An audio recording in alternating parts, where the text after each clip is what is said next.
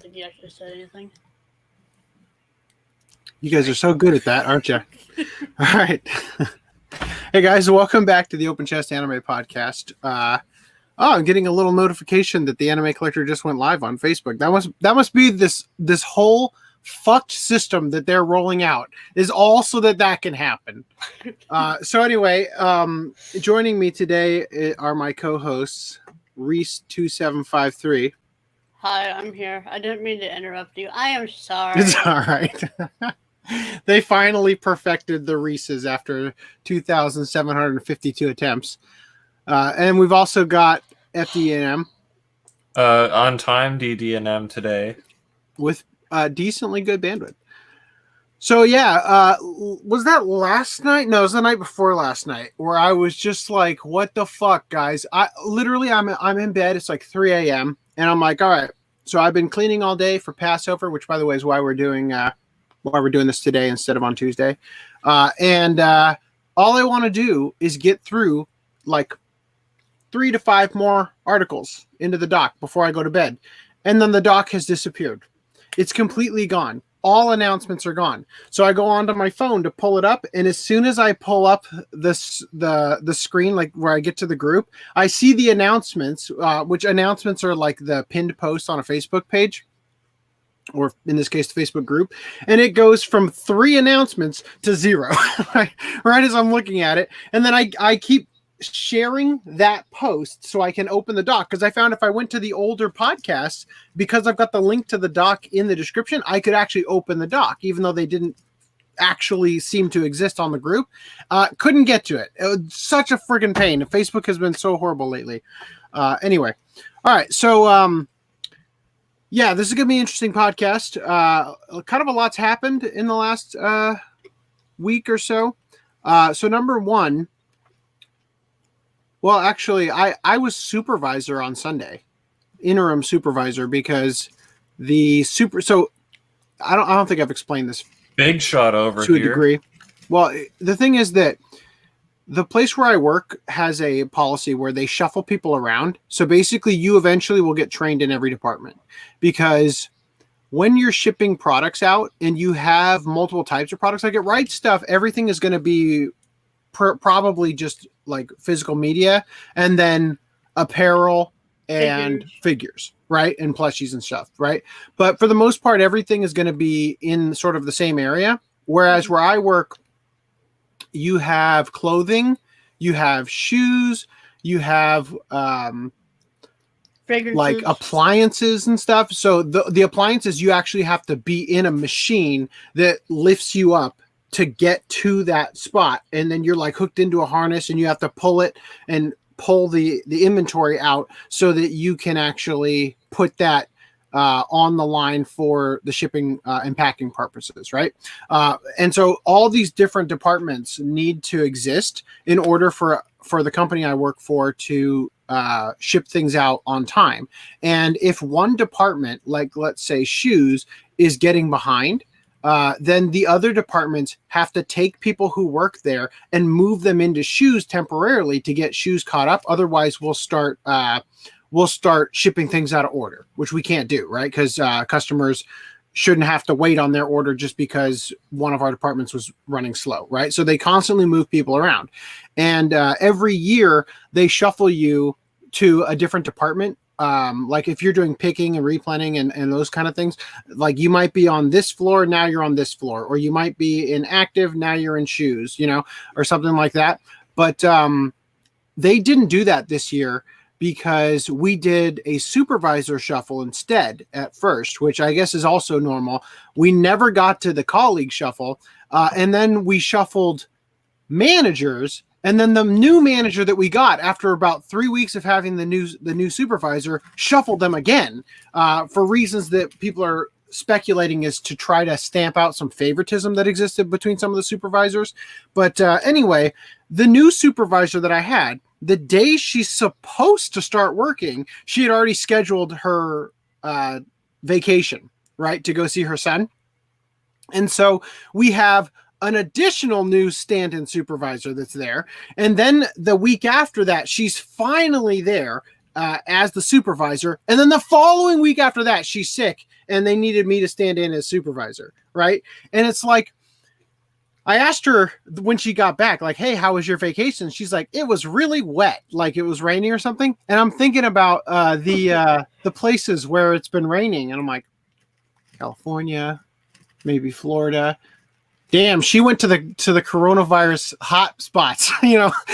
And I'm thinking, so then it's like, okay, here's your vacation. 2 weeks later, you're not here because you're so sick you can't be here. This ain't looking so good, right? So I'll find out tomorrow if she's got coronavirus, I'm sure. Anyway, so yeah, a lot of stuff has been going on. I have a question for you. Am I forklift trained? No, I actually wanted to be. Like, you get paid more if you work in that department, because you have to operate the machinery. But the thing is that when I did peak, I was getting in at 5 a.m. and leaving at 8:30 p.m. And when you're on your feet, like, that's doable. If I was running a machine, I might die. You know what I mean? Like, to do that amount of work every day. Like, so yes, I can make more money, but is it worth the risk? You know? So anyway, yeah, but it would be better for just like my normal 12-hour shift. Yeah, it would be great. In fact, I've already applied for a position over there doing ICQA work, which would actually be like another $1 more on top of that. So per hour, you know, anyway. But yeah, if they're going to give me a supervisor position in the near future, then I kind of don't need it anymore, because that would be even more pay than both of those combined, or whatever, or like, you know, the upgrade. Anyway, all right. So I have not read as many articles as I would have normally liked to, but it's probably better that we get this podcast out of the way this week rather than postponing it to next week, because then we'd have even more articles to read. It'd be a mess. Anyway, so I'm going to jump right in. In fact, I probably should have opened some of these already. How are you guys doing? How was your week? Not too bad. Not too bad. A lot of sitting around and doing nothing. Okay. Oh, hey, I'll just share. Oh, you haven't been watching anime like all day, every day? Look, hey, it's Augie. Hey, how you doing? You sound He's nonchalant. Well, he is delayed. Is he delayed I'm to you delayed. guys? No, you're good now. Okay. There is a lawnmower in the background. God damn it! I don't want this piece of. Okay. All right. I opened up all these tabs and then everything just went slow. Okay. So, something else I was going to mention before we get into it.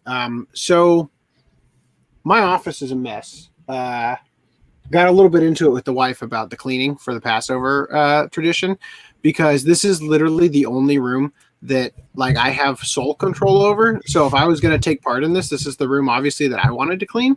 But that didn't quite happen. However, some projects got done, which I'll show a little bit during the pickups. But you guys can kind of see this little annoying thing that's here. So that's the lights that I used to use for the anime collector, like normal videos. Wow, I look way darker when that light goes on. So these are actually the studio lights. I've already had one up over there the whole time, but I had to literally move this desk over so that I could stand, because this is a standing desk that sits on top of my normal desk. I had to move the standing desk portion over, which was a lot of work because the freaking mic stand is clamped into it and everything. It was a huge pain in the ass. I had to move that over so I could stand on the desk to attach these, because I had to attach 2 bolts in the stud and then 2 in the drywall using those special screws that as they go in, they sort of separate and like clamp into the drywall. You know what I mean? Anyway, so that's great. This means I can actually make tip videos again. Not that I'm going to jump on that anytime in the immediate future, but it is something that needed to be done and does open up some stuff that has sort of been sitting on the back burner. Anyway, enough like kind of stalling. We got 2 viewers. That's fun. I guess they're both Lishansky. Anyway, you said it did get published to. I see it. I saw it in my feed on my phone. Oh, hold on. I definitely saw it on Facebook.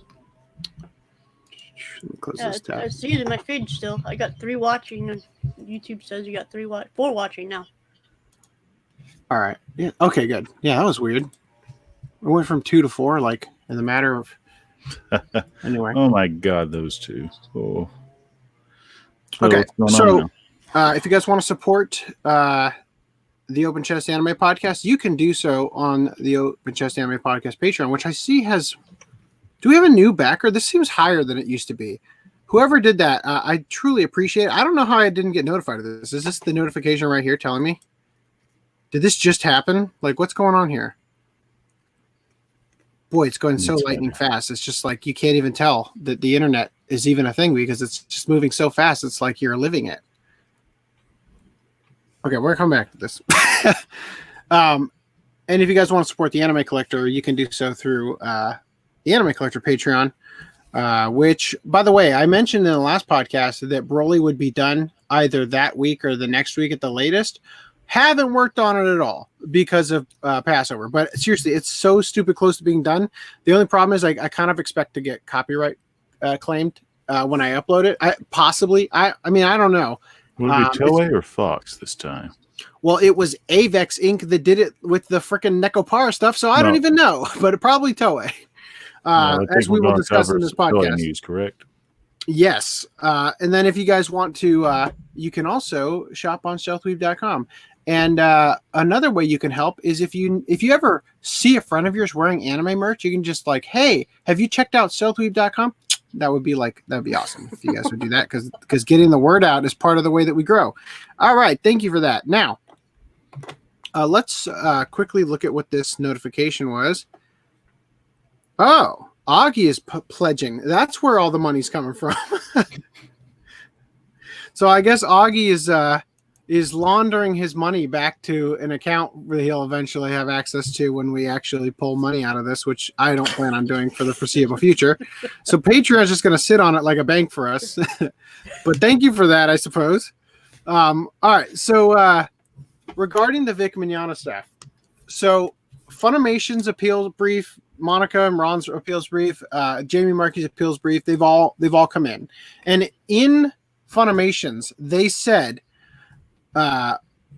they claimed that they didn't even defame Vic because they didn't say the thing that Vic had claimed that they had said, because their tweet, which they deceptively displayed in the courtroom when they were pleading the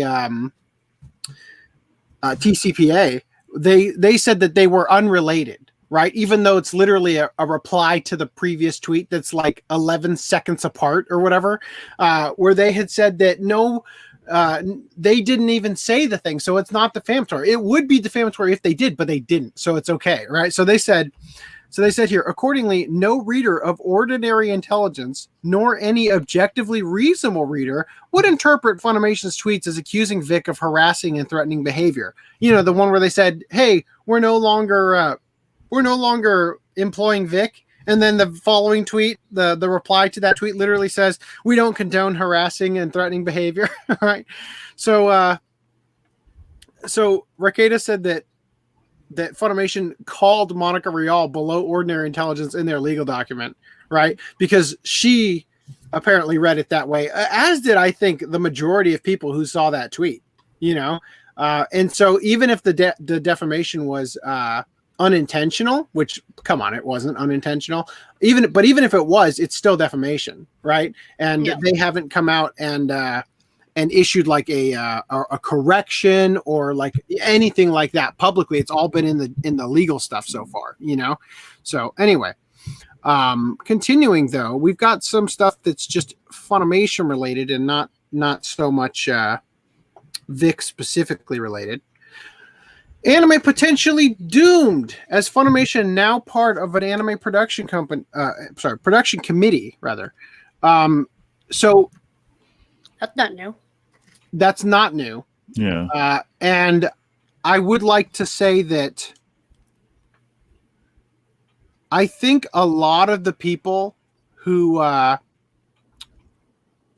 in the anti-Comicsgate, or I don't know, it's regular Comicsgate or Anime Gate crowd, or the I Stand With Vic people or whatever, they overreact on a lot of stuff on purpose, because it's part of rallying the troops, you know? And I think of that scene in Avatar where the guy starts like yelling in the air and like foam comes out of his mouth, you know, because he's like freaking out so much. You know what I'm talking about? In Avatar The Last Airbender? I never saw it. No, There's like a I'm going gif. It's like through a that. famous gif where the guy's like, and then like foam starts coming out of his mouth or whatever as he like falls to the ground. Anyway, it's like a hysterical thing. It's just somebody being hysterical. So they kind of treat things like that. Now, they're going to bring up some points in the next article that are valid. But I'm going to tell you right now, the entire purpose of Funimation starting this procedure in the Just first so they place, can perpetually license crap. well, it's so that they can, so that they can have licenses, quote, in perpetuity, as they put it, but also, and more importantly, because you make. Want some? Sure. Well, if they're the ones that Either have one. been buying the licenses all this time, just throw. Hold on. Mine So in a the bowl. purpose of a production The committee, production this is the thing committee that will people be- don't get. This is the thing that people don't get in the anime fandom. It doesn't matter how successful Attack on Titan is. Wit Studio doesn't make any more money just because the series Because is they're made. a contractor. Yes, right? So it doesn't matter how popular Pokemon is. The only way that it works is that because Pokemon Season 1 is popular, the contractor can charge more for Season 2, right? Kind of like how every time an actor in a long-running show, like let's say Steve Carell in The Office or Jack Bauer in 24, you know, as these shows progress, every new season when it gets re-greenlit, the actor, because the show's so popular, they bargain for more money, right? They ask for more and more money until they're paying the actor $1 million a season or more, you know? And then eventually that show literally gets canceled because it's not worth it anymore to keep paying the actor these increasingly raising rates, or they write the character out of the show entirely, like they did with The Office, where they took Michael Scott out of it because they needed to keep the. Thank you, Mike. Okay. They need to keep the cost down, right? So the production committee is actually the one who makes the money. Okay, so when a show is getting created, the production committee puts up the cost, and that production committee reaps the benefits. So if the show does exceptionally well, they're the ones making money. So that ultimately is why Funimation is part of an anime production committee. And I believe Crunchyroll is also part of several production committees, as Which have goes back to my point of Entirely it and makes all that. sense for them to become part of the production committee since they're buying a lot of the licenses to release.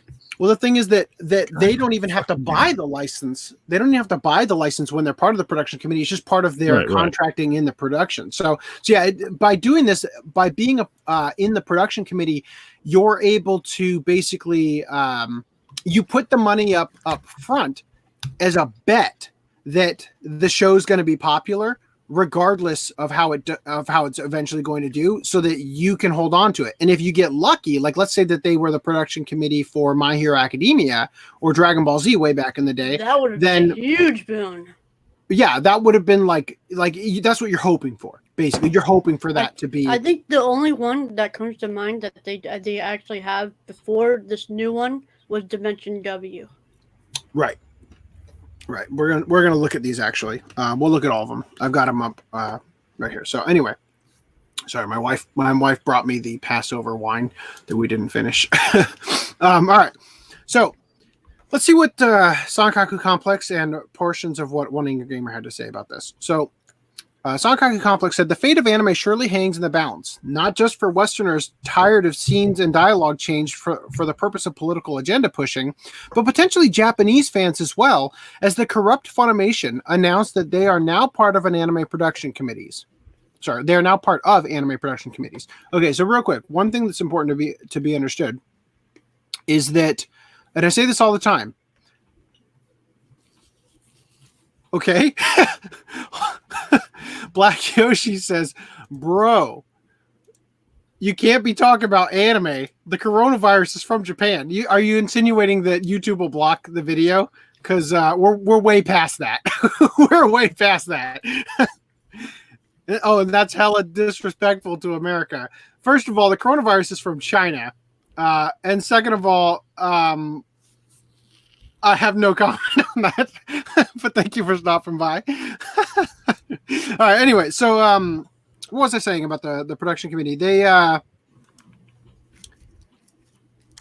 well, let's keep reading here. So Funimation made the announcement last month, but the news was recently picked up by observant individuals. The Western anime streaming platform. How is my AirPod already dying? Oversaturated use. I don't see that. Oh God, they're both like near dead. Hold on, I have to grab a charger. You read that like it was in the article. Yeah. All right, so you Wait, two, what what line is that in? anime have you been watching lately? Referring to RHYS and FDDNM. Persona 5, the game, Ew. that's an anime, right? No. I mean, technically it does have an anime, but I haven't watched it. Okay. Because there's no dub. And I doubt they will dub it because I don't think it did well enough to warrant Aniplex dubbing it. Yeah. Considering they also didn't dub Persona 4 the Golden animation. Okay. All right. So, well, bottom line here is that this is an issue that was going to arrive regardless of whether or not Funimation. Oh, I remember what I was going to say, but this is an issue that was going to arrive regardless of whether or not Funimation was jumping in the production committee. Even if none of the Western like companies actually jumped into the production committees, because anime is becoming mainstream and because there's a huge market outside of Japan, they're going to start pushing towards catering to those other markets, right? Because if you've got, for example, 1 billion Muslims in the world, then your over-sexualized content is going to start to get a little bit tamer. You know what I mean? Because they're potential customers for quite a while. From the 90s to 99, you see the influence of America watching, and you can watch the trend up till now. So nothing new, just different coat. Yeah, well, the thing is that, and this is a problem with gamifying capitalism. When you try to start formulating, stuff gets shitty. It just always does. Like, I mean, look at all the Marvel movies are pretty much the same, and they sort of hinge on the talent remaining good, you know? So for instance, you do Iron Man, and Iron Man's fresh and new and great, and Robert Downey Jr. is fantastic. And then you do a couple more movies like Thor that are just kind of garbage and not that interesting. Captain America just kind of like, I mean, you've got Tommy Lee Jones and he was great, but everybody else kind of sucked, right? And then you've got Guardians of the Galaxy, and you get a new injection of some personality, right? You get Chris Pratt, right, doing a great job. Then you get like Black Panther and all these other movies. It's like, these just suck. Like, it's the same thing over and over again, and they're not that good. Same thing with Star Wars. You reboot Star Wars, and you literally just start retelling the previous movies over and over again with new characters, and it's just not engaging or interesting because all you're trying to do is... the last two were very different. So different that they were terrible. I didn't see either of the last two, but you know what I'm talking about. It's just like, this is what happens is when you start to... things start to become formulaic, then they stop being interesting. You know what I mean? But you use the formula because the people who have to put up the money want a guarantee, right? So you don't want to take a risk. Like, you won't ever, the best things, this is something you're going to find, and this is just the weirdest thing about life. The best, most enjoyable things in life are not going to be the things that cost the most money.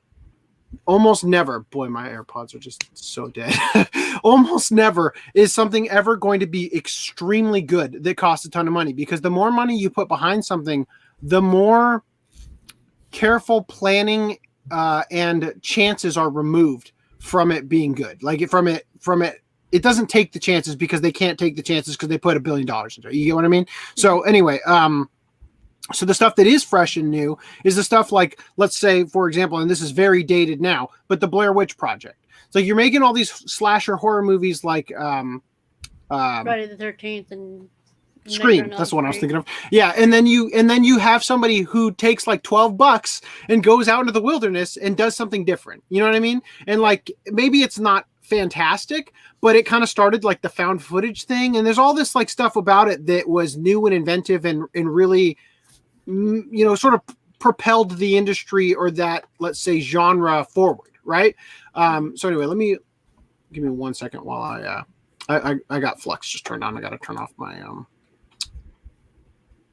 my screen's all orange. Just give me a second. Oh, okay. No, I guess it didn't engage. I'm just orange today. I'm cosplaying Trump on that screen for some reason.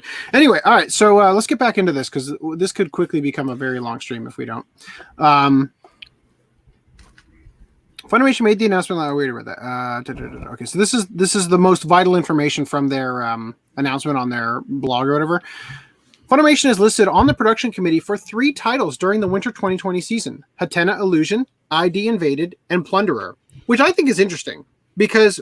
By the way, the thing I was that I remembered I was going to say about it is that one of the things you got to keep in mind, Funimation is not this corrupt evil entity. It is a company, and a company is run by individuals. It's why they always say, like, you shouldn't follow the company, the animation studios in Japan. You need to follow the people there because, for instance, Madhouse can do something that's tremendously amazing, and then the next year do something that's shit, and it's because the people who worked on the previous thing didn't work on the next thing. You know what I mean?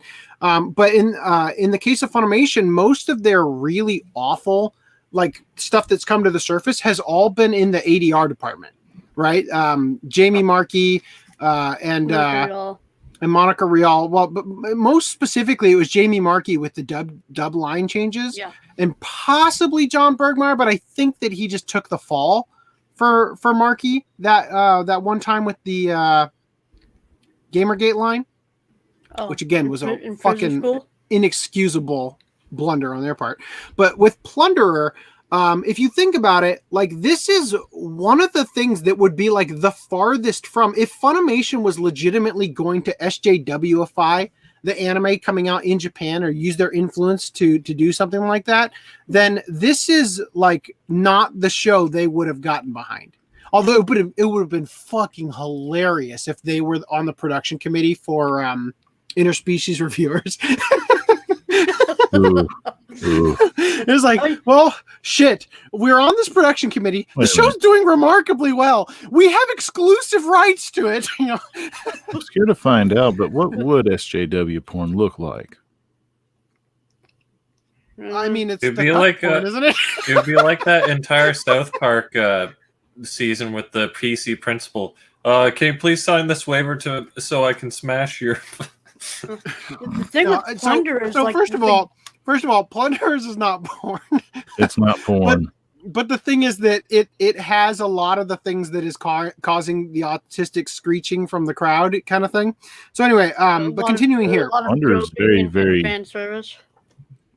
Right. Well, we're gonna see here. Look, they've also been on the anime production committee for titles like Fruits Basket 2019, Fire Force, and Dimension W. Fire Force is another title that is getting all sorts of backlash from the types that this article is attempting to claim it's going to, cater to. This specific show that they were already on the production committee for has already proven to not be the cup of tea of the people that you're claiming that they would be catering towards, right? In that regard. Now, the problem here is, and I got to admit, now that I know that they were on the production committee, it sure makes a lot of sense. When I went to the premiere and Anime Expo this last year, and like how much they like hyped it up and everything, like they had a stake in it. They have a financial stake in it doing well, So anyway, due to the work they've done and the strong relationships the company has built with Japanese partners in licensing shows from them, they were invited to participate on these committees to help fund these productions directly. So now this is something else you have to understand. A production committee is not an entity in Japan that funds all anime, or like there's groups of them that fund different animes. They literally create a new production committee for basically every single production. That's why it says funded by the Fire Force Production Committee or something like that. It's a group that gets together to formulate, to put money up as the producer, right? Mm-hmm. So Funimation was invited to put money up rather than trying to self-insert in the ones that they're talking about here. Rather than try to self-insert and start taking creative control and, SJWFI or whatever you want to say. Now, I'm saying they haven't done that yet. And I'm saying that Funimation has a financial stake in not doing that, obviously. And that every time that basically, as we've seen the phenomenon of get woke, go broke, we will see that if they are able to control, if they exert enough force because they have enough funding over everybody else going into it, that they have the ability to exert that force in there, that we will start to see the negative repercussions of it just not being a popular show, of getting low ratings in Japan. And that's the thing that people aren't realizing. Sure, simuldubs are great and all that. Cowboy Bebop did significantly better in the West than it did in Japan. But if the show itself isn't hitting all the marks in Japan, because the companies in Japan, I mean, there's Honda Civic, Evangelion cross promotion. We've looked at so many things on the podcast of these ridiculously stupid, like Beats by Dre, Attack on Titan headphone, kind of stuff. That if they aren't selling to the market in Japan, if they don't have the Love Live tea company and shit like that, then they're not gonna continue to they're not going to be successful, and then the rest of the production company is going to suffer. The production committee rather is going to suffer, right? So anyway, still waiting on that Abacchio tea. The what? Still waiting on the Abacchio tea. Augie knows what I'm talking about. Yeah. Okay. Instead of simply licensing the rights to a finished show, as companies usually do, Funimation is now able to take part in ownership of some titles directly when bringing them to the rest of the world. There's no fear about losing the rights to these shows either. They are here to stay in the Funimation library in perpetuity. Conversely, Funimation is trusted by the rest of the committee to use their international expertise to better market the show to foreign viewers and provide more detailed input to the other Japanese companies regarding what fans abroad would like to see. It's a win-win. So basically what I want to sort of get across here is that, as I said, Funimation itself is not what people sort of claim it is. There's a faction inside Funimation that is what they're claiming it is. So particularly the ADR department, which is why all the examples they're going to give here are dub changes. And those dub changes are all like pretty much entirely dependent on specifically a small handful of people who work there. Now, there is one person, the person who's going to be in charge, or at least would in the past have been in charge of all this production committee stuff, Gen Fukunaga. And as we've read in the past regarding the stuff about Ava getting picked up by Netflix, he's absolutely right when he talks about how Funimation is great at marketing a brand and Netflix isn't, right? Netflix sucks at it to the point where who even gives a shit that Ava's on Netflix now? Like, that dropped and flopped. The only thing that got out of it was the controversy of the unbelievably horrendous dub, right? That they did a terrible job, and then the companies in Japan made them use first children. Like, they had to call instead of the first child, they forced them to use the phrasing the first children, and like pluralizing weird stuff that didn't need to be and all that. By the way, Wait. I remember in one episode of Fan vs. Pro how Justin Sudeikis was saying how the original Ava dub was a terrible dub and all this stuff. I want to know what he thinks of the new dub. It's like, yeah, first children's. What about that, man? Yeah, Is that so much better? I thought the original dub was great.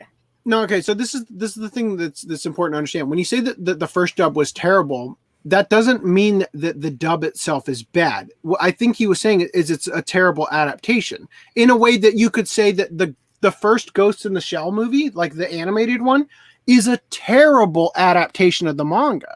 It's a great movie, but it's a terrible adaptation of the manga because it's completely different from the feel and vibe that Masamune Shirow created in the manga, right? It's completely different. But it created something that was arguably even better and celebrated for how great it is, right? Being its own thing.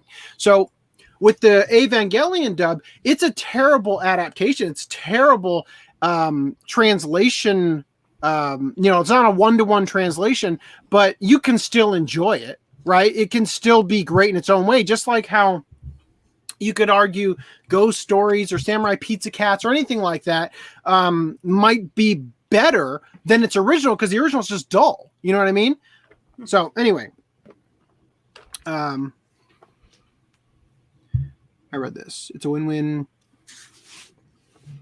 Anime is no longer focused solely on the Japanese market. Japanese companies are looking to foreign fans' interests in titles more than ever before to increase the financial return on their investment, as well as allow them to reinvest that money into new productions of even higher animation quality. This means that subscriptions to Funimation and purchases of home video releases, digital downloads, and merchandise supervised by Funimation will help creators in Japan more directly than having a finished title licensed as is would. Having a finished title licensed as is would. And while it's only been a handful of titles in the past, there's a future where Funimation and companies like it are on the production committee for more and more shows. The more involved that they get in helping these shows resonate around the world, the stronger these relationships grow, and the more people get to experience the brilliance of anime. That's a future we're here for. Now, here's the downside to this. If you live in a country like America that has a large number of anime fans that purchase products or purchase streaming or whatever, and you have laws that are strict and puritanical and whatnot regarding puritanical, like Puritans, like the Christian Puritans who tried to force. Yeah, the people who say they don't want to censor, censored everything. Okay, so if you live in a country like, let's say, the Middle East, right, and you've got very strict Islamic Sharia law. Now, the Middle East doesn't have it, largely because of Sharia law, as many anime fans as the West. But let's just say that in the West, there are certain things that you cannot, that becomes like, look at Australia, for example. They're trying to ban Eromanga Sensei and whatnot. Right. So if you get a country like that starts doing that, that's when the production committee is going to start to really come into play. Because if, for example, we had that kind of crap happening in America, then Funimation would be like, we can't release this in the United States. We're on your production committee and we can't release this if you're going to put this in. Right. That's where that becomes a problem. Right. But the other issue is, if it's straight up illegal to have it here, then you're going to be sailing the seven seas and risking the prison time that might be that might come along with that, in regards to not necessarily the illegal downloading, although obviously that will play a key role in it, and they will persecute you to the full extent of the law, but also more particularly that you're viewing contraband, right? If you were to get things that way that you couldn't view over here normally, you know what I mean? So and of course I fully reject any ideas of censorship or anything of the like for things that are fictional and 2D characters. It doesn't matter whatever it's going to be. If it's going to be like grotesque murder, if it's going to be like underage lolly porn, if it's going to be anything like that, like it doesn't matter, because they're not real people. You know what I mean? The thing is that the Funimation being on the production committee, if they have a problem with something, then they just won't include it in the adaptation at all, rather than censor, which, I mean, it's better in the way that it's not being censored, but it's worse in the way that it's not being adapted. Yeah, well, so what I'm saying is that if they're on the production committee, that's where it becomes quote unquote problematic. Is that if you're on the production committee and you've put up, I don't know, a fifth of the entire production cost for the show, and you say, whoa, you guys want to put this, I can't even think of something, underage drinking. Scene? Underage drinking, or this child character smokes cigarettes because it's like doing a hard-boiled detective thing. We can't have that. Like, let's say 4 Kids is on the production committee. That's an easier way to do it, right? So it's like, I know you want that character smoking a cigarette because they're doing like a Humphrey Bogart impression, but they're underage. Can they have a lollipop instead? Or the gun needs to be green, or whatever. You know what I mean? Like that kind of thing is where that starts to become a problem. And if they have the rights in perpetuity, then that means that it's never going to, this is going to be Harmony Gold, right? strangle holding the rights to Robotech / Macross or whatever. This is going to be, we made a bad call. You'll never get what the uncensored director's cut would have been because we hold exclusive rights to it. Or you'd have to have a company that's willing to pay up for the sub-license, which we'd have to see. As we've seen with fucking Harmony Gold, that doesn't happen.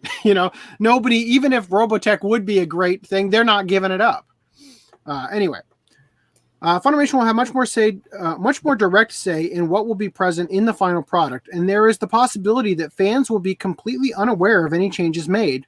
And taking into account Funimation's history of injecting their agenda into shows, along with the fact that they are owned by Sony, changes almost an indisputed certainty.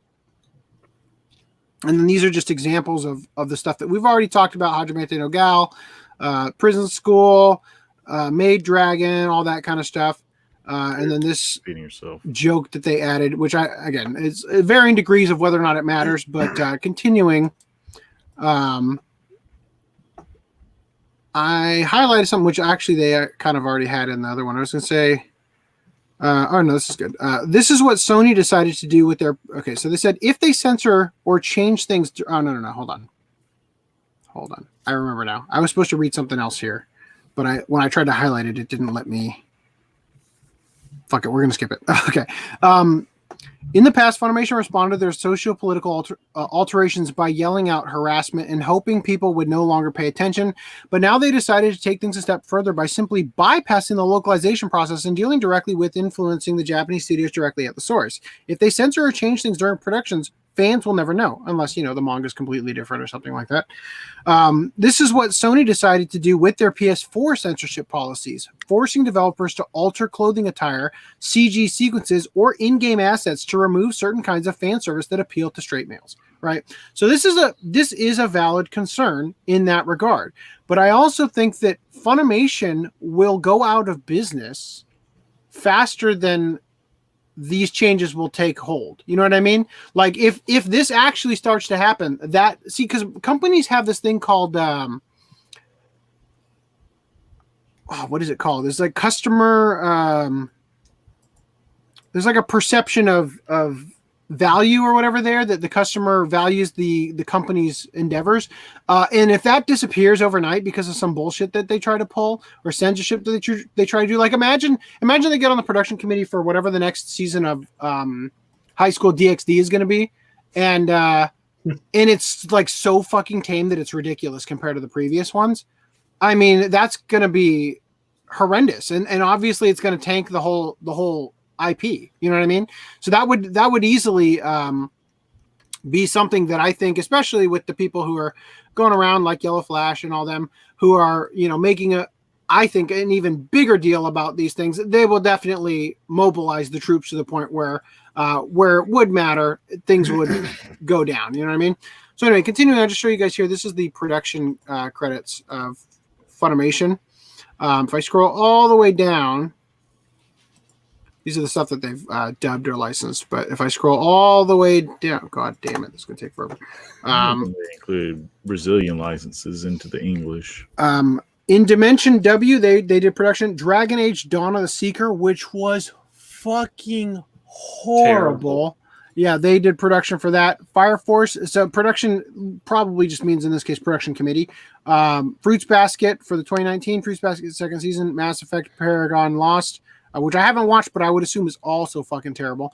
That so anyway, 2D though. Is it? Okay, well, it has to be better than Dawn of the Seeker was so horrendous. And that's actually a weird one if you think about it, because if you follow the groups that were good, fucking Vexil was amazing, and they get the same people behind that and do this horrendous crap. Anyway, so continuing. Doing a sci-fi, then change genres to a fantasy. Yeah, but it's not about that. It's just about how shit it looks. It looks complete ass compared to like everything about it is just subpar. The budget must have been significantly lower. So anyway, Fantasy Soft Entertainment. What's up? Subpar? I said it's not dub-par. I don't know what you mean by that. But, it's just a dumb pun. All right. So Fantasy Soft Entertainment. How much have I talked about Fantasy Soft on the podcast? Ever brought it up at all? Maybe once or twice, but I don't recall. Yeah. Okay, so I know the guy who is the CEO of FantasySoft. Without going into like tremendous detail on my relationship with him, he friended me on Facebook years ago. I did not have any idea who he was. I think he friended me because I was friends with somebody else from a collecting group that was already friends with him. I don't know. It was just a weird thing. I never talked to the guy, but I saw his posts, right? And he talked about his company FantasySoft and the stuff he was doing. So Emish said, Vic addresses fantasy, literally just a fantasy, soft entertainment. Thank you, Vic. Also, hold this L, FantasySoft Entertainment. Stop lying to people. So Vic says that he was approached years ago by this young man, who is the guy that I know, about voicing a character in an anime he was trying to produce called Prince Adventures. And that this person who runs FantasySoft is a Christian, and his show Prince Adventures is a faith-themed series that he's putting together. Right? It's like a reimagining of biblical history and whatnot, put into like a shonen anime style setting. He has another show that's a lot more on the nose called Bible Thumpers that he was working on.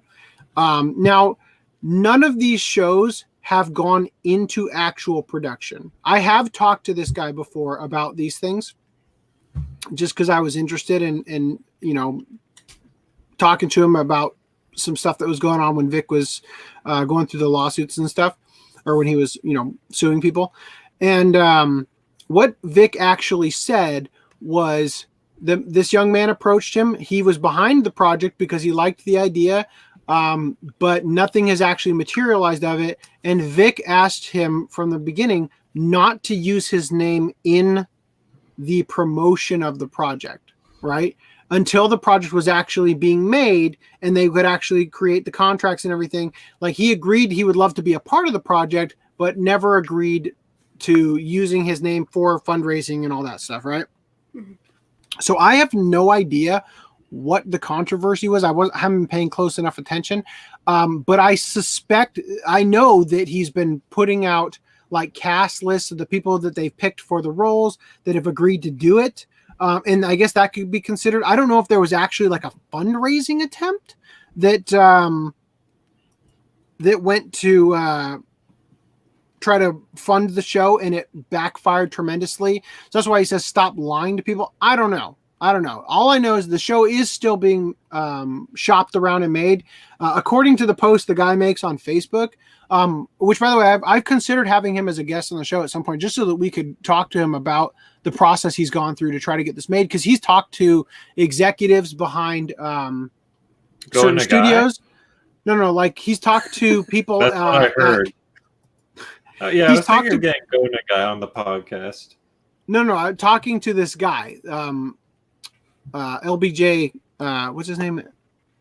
LB Kenneth Bright Jr. I think his name is. He's the CEO of FantasySoft. I was thinking about having him on just so we could talk to him about the process he's gone through, because he's talked to the animation director behind Animaniacs to get them behind. I think it was Animaniacs. I can't remember off the top of my head. To get them behind Bible Thumpers, because this show is very, like, almost to the point where it's a ripoff, artistically very similar to Animaniacs. And he's talked about a lot of the process he's gone through, and I thought it would just be interesting for us to have an interview with him. Anyway, so I don't know what's going on. I just know that he's got everything basically done. He's got the Bible. That's what it's called, production Bible, where you've got, like, you open it up and you got a character sketch, character's name, profile about that character, how they would react in a billion different situations, what their personality type is, food, favorite color, favorite, all that stuff is stored in the character Bible, or the production Bible. So he's basically got all that stuff done. He's already done novels for a lot of these stories. He's done comic books and whatnot, and all those things. He actually just put out like a trailer with an actual Japanese narration with that he like hired somebody to read off a script and everything. So anyway, I just wanted to touch base with that, and because I don't think I've further my relationship with the guy. Not that there like legitimately is one. He friended me on Facebook years ago, and I talked to him a little bit.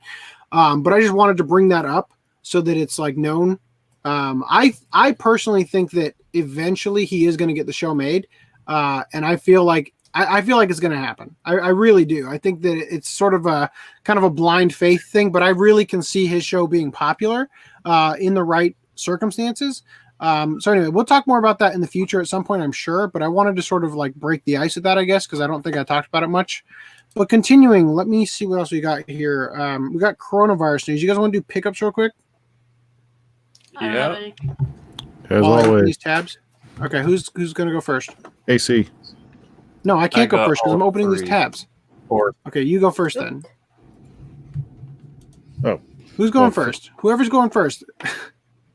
oh yeah, my light turned on. But we're How's that gonna pizza go with treating you? this. how is it darker during the day? Did not finish it because it wasn't. It lost its heat. So Aquarion Evil season 2. So it has releases, which I believe they are essential to every Sweet. household.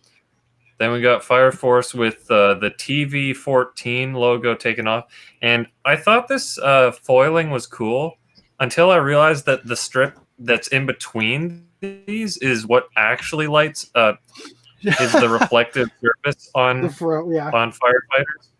So big fail on Funimation's part.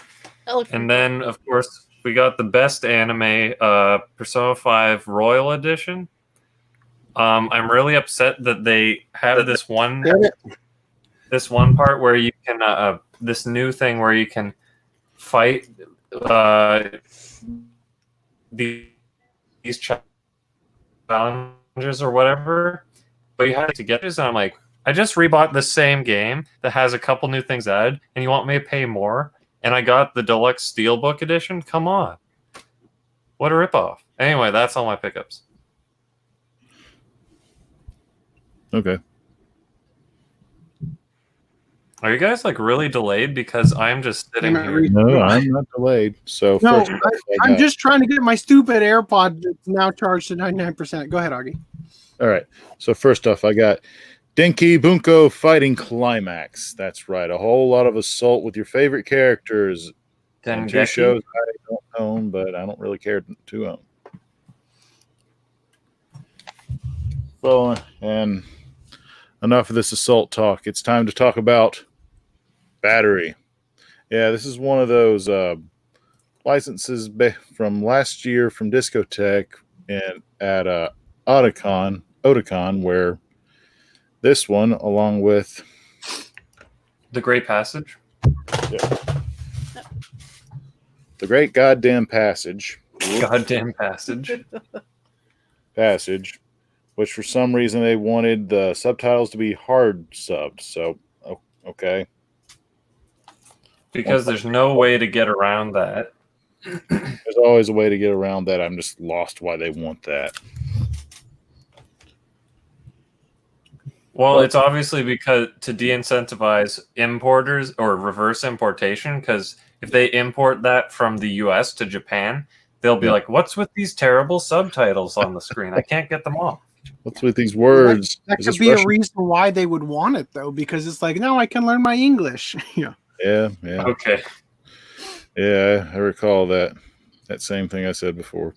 So up next is Poco's Udon World. Ooh. Give it a twist. This is a combination license of Crunchyroll and Discotech. And not Viz. Not Viz. Along with the wonderful world of Niles Hogger's Son. I believe this is one of the first animations done by Studio Period. Yeah, roll this a bit. What I get is this young, I think it's an elf. Elf gets into a lot of trouble, then quickly learns that he doesn't need to do that and travels while committing more lollygagging. Up next is also Fire Force as well, with the TV14 sticker, because it has to be true to the TV. Even though it was made by the same people as Soul Eater, while watching this feels more like a clone of Blu-ray this. But, yeah, well. And there's the TV 14 sticker on there now. Exactly. Up next, something AC has, and I think FDDNM does as well, is Parasite. And as I read on the back, it looks like it was dubbed. I have Parasite with a Y. Yeah, English audio. It says that, but it's not. Okay. Then lastly, and mostly, is the Inspector Gadget Mega Set, which includes the Gadget Saves Christmas, which is a part of this era that you see here, but the other one, Last Case Claw's Revenge. If you look at the back here, notice the bottom window is more similar to the show that we know, but the other two are like way off. So expect some different animation there. So season 1 is longer than season 2, which takes up 3 DVDs, but 1 for season 2, and I believe this is where the bonus disc is. Is that because Brad last podcast said something about, I haven't bought Inspector Gadget yet, and you're probably like, I should buy that. Yeah, I'll just buy it before he does. Yeah, that's totally what it looks like it's, it said Cinedyme on the back. I'm surprised. Yeah. I don't know if it's Cinedyme or Flatiron, whichever one's the label. It says both on it. Well, yeah, that's why I'm confused. I never know which one is the actual company, but I'm surprised they are like in charge of getting all these old shows that never got releases and giving like a complete release. Complete up to a point. Remember, Saint Seiya didn't get a full release. Digimon did on Keep Stalling. So keep stalling. Okay. Yeah, something just hurt. One of my links isn't correct. I have loose evidence, but I still believe that Flatiron Film and Cinedyme and Shout Factory are an umbrella company with each other. Or it's all under Shout Factory, just different divisions. Well, the thing is, I think one is the label and one is the branch. In the same way, it's like Eastern Star and Discotech or Section 23 and Sentai. Yeah. Or Seraph, what is it called? They have another one. It's called Acer Holdings. Right. Okay, so give me 1 second. I have to add something to the doc because it gave me the wrong link. Get over there. So I've been watching a lot of stuff lately, but the newest one I'm watching so far, or most recent that I'm watching so far, is Go Nagai Get a Robo Armageddon. Yeah, the good old classic brick, which you can tell evidence of. I bought it from Movie Stop. Felt like I needed to watch this one because, along with a lot of the other Toonami shows I'm familiar with, this one aired like an episode or two for the first Giant Robot Week, which has that infamously aired episodes of Evangelion where they kind of botched, like I think episode 1 through 3 or 1 through 2, and censored a whole lot of stuff that just did not make sense, like editing out Masato, editing out Pin Pin because Masato was naked during that time. All right. Okay, so this will work. I just need to publish it. I didn't mean to donate. I don't know where I think you were joking, but I didn't mean to donate to make you think of a money laundering scheme. I was trying to donate under a different name. That was a joke, Augie. Okay. Like, how do I laundry that? No, I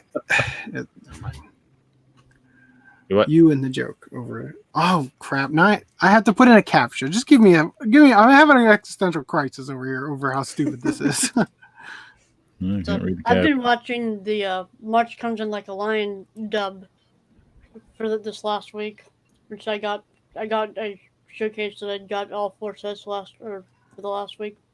Okay. And How many episodes is that? it's 44 episodes total, 22 episodes per season, but Does it- 11 episodes per set. So if I heard you correctly, The Lion, Witch, and the Wardrobe, does this touch other books as well? March comes in March like comes a lion. in like a lion. Oh, never mind. Thank you. That makes more sense now. From the creator of Honey and Caroline Clover. April. No. I was gonna say it has an art style kind of similar to. Wait. It's actually from the creator of Your Lie in April? No. No, Honey and Clover. Okay. Honey and Clover. Okay. The mangaka. Okay. I just want to say the dub is so fucking good. As much as you paid they for it, knocked that dub out of the park. as much as you paid for it, it Yeah, should. that is like the cherry on top. The least they could do for that price, right? Yeah. It's on Netflix, but how long is that going to be on Netflix? Okay. 2 days. When their stomach churns. But it is so fucking good. They knocked it out of the park. All right, I'm ready to go. You ready to go? Yeah. What Sorry. pickups you got? Well, first of all, even though you stole my thunder on it, thank you, Augie. Augie sent me Inspector Gadget. That's why I wanted you to go complete box first. Yeah, I understand. I haven't opened it. I'm gonna actually order a new one because there's Oh, darn it. awful, terrible Amazon Can you use job the here. Patreon collector tip that we have? This was bought from Amazon. If I buy a new one and send this one back, it's not a big deal to them, right? Anyway, so yeah, there's that. No, as I said, while we were doing the cleaning, I actually found a bunch of stuff, or actually my son went through. So I had a project that I actually started. I was going to do it for the channel way back the year I started it, but it's been sitting in the closet unfinished for it. So when I first moved in, I was actually in the room next door, right? And I swapped rooms because the location, they're literally a mirror image, the same exact size, but the closet is closer to the actual door, so the door opens up and blocks the closet. But because of that, it meant that I could put another bookcase on this one. That's why I swapped rooms with my son. But my original closet was the closet he's using, and I left a bunch of stuff in there. So he found this shadow box, which had a bunch of Pokemon pins in it. So I finally actually put them on display. Oh, it's upside down. Sweet. So I'm missing one set, but the company that I got these from didn't make that set, doesn't have any of them on their website anymore. And I couldn't find any proof that they actually made it. So I just went ahead and put these together just to get the project done and out of the way. So there's that. Now, much cooler thing. I want to say probably around 2007. After I met my friend Andrew and stuff, and we were like sort of weaving out all the time. He's a professional cosplayer, right? As you guys know, because you definitely watched the History of the Anime Collector videos. Totally. We were going to like supply stores and art supply and craft stores all the time. And at Michael's, I think they had these like stuffed crows, like fake crow props, like birds. And I don't know why, but we bought one. And we had these memories of it. Like we went to pick up a friend, and when we got to his neighborhood, we got out of the car and we taped it to the front of the car with duct tape, so that when we drove to meet him, it was like, it was like head banging like crazy. Anyway, I gave it to him. I gave it to my friend Andrew, and because he's a professional cosplayer, he turned it into Kamina. Nice. And I legitimately didn't know that this was in my house. I thought I gave it back to Andrew years ago. So perching on a white box. So now that it's in the house still, it's just gonna be in the backdrop. I gotta lower it. You can't even tell every video.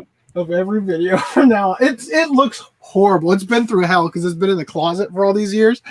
But yeah, so we got Kami and a bird. It came out of the closet. So I think that's actually all I've got.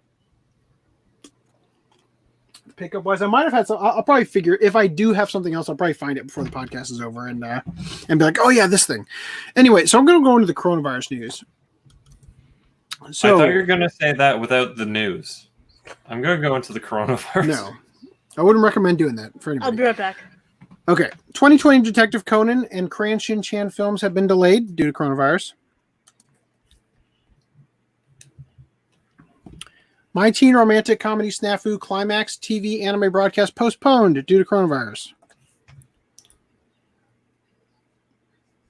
Second core of No Guns Life TV anime delayed due to coronavirus outbreak. Fate Stay Night Heaven's Feel movie 3 Spring Song anime film has been postponed again to an indefinite time, which again means forever or an undisclosed amount of time. Violet Evergarden, the movie anime film, postponed until further notice again due to coronavirus. Yen Press delays manga and novel releases through September. So Yen Press, let's see, what do they say here? This is the one Reese should have been here for, but he just left. So I didn't read this article yet. I was going to have him fill us in. I mean, it's basically obvious that in addition, Capcom announced on Thursday the employee group. So this is mostly just news about different companies that have found out that somebody in their company has coronavirus. So probably Yen Press as well. Continuing, unless Reese has something to say when he comes back. Weekly Shonen Jump issue 21 delayed due to suspected coronavirus case in the Jump office. Issue 21/22 is now going to be a double issue that will release on April 27th. Sweet. Kind of.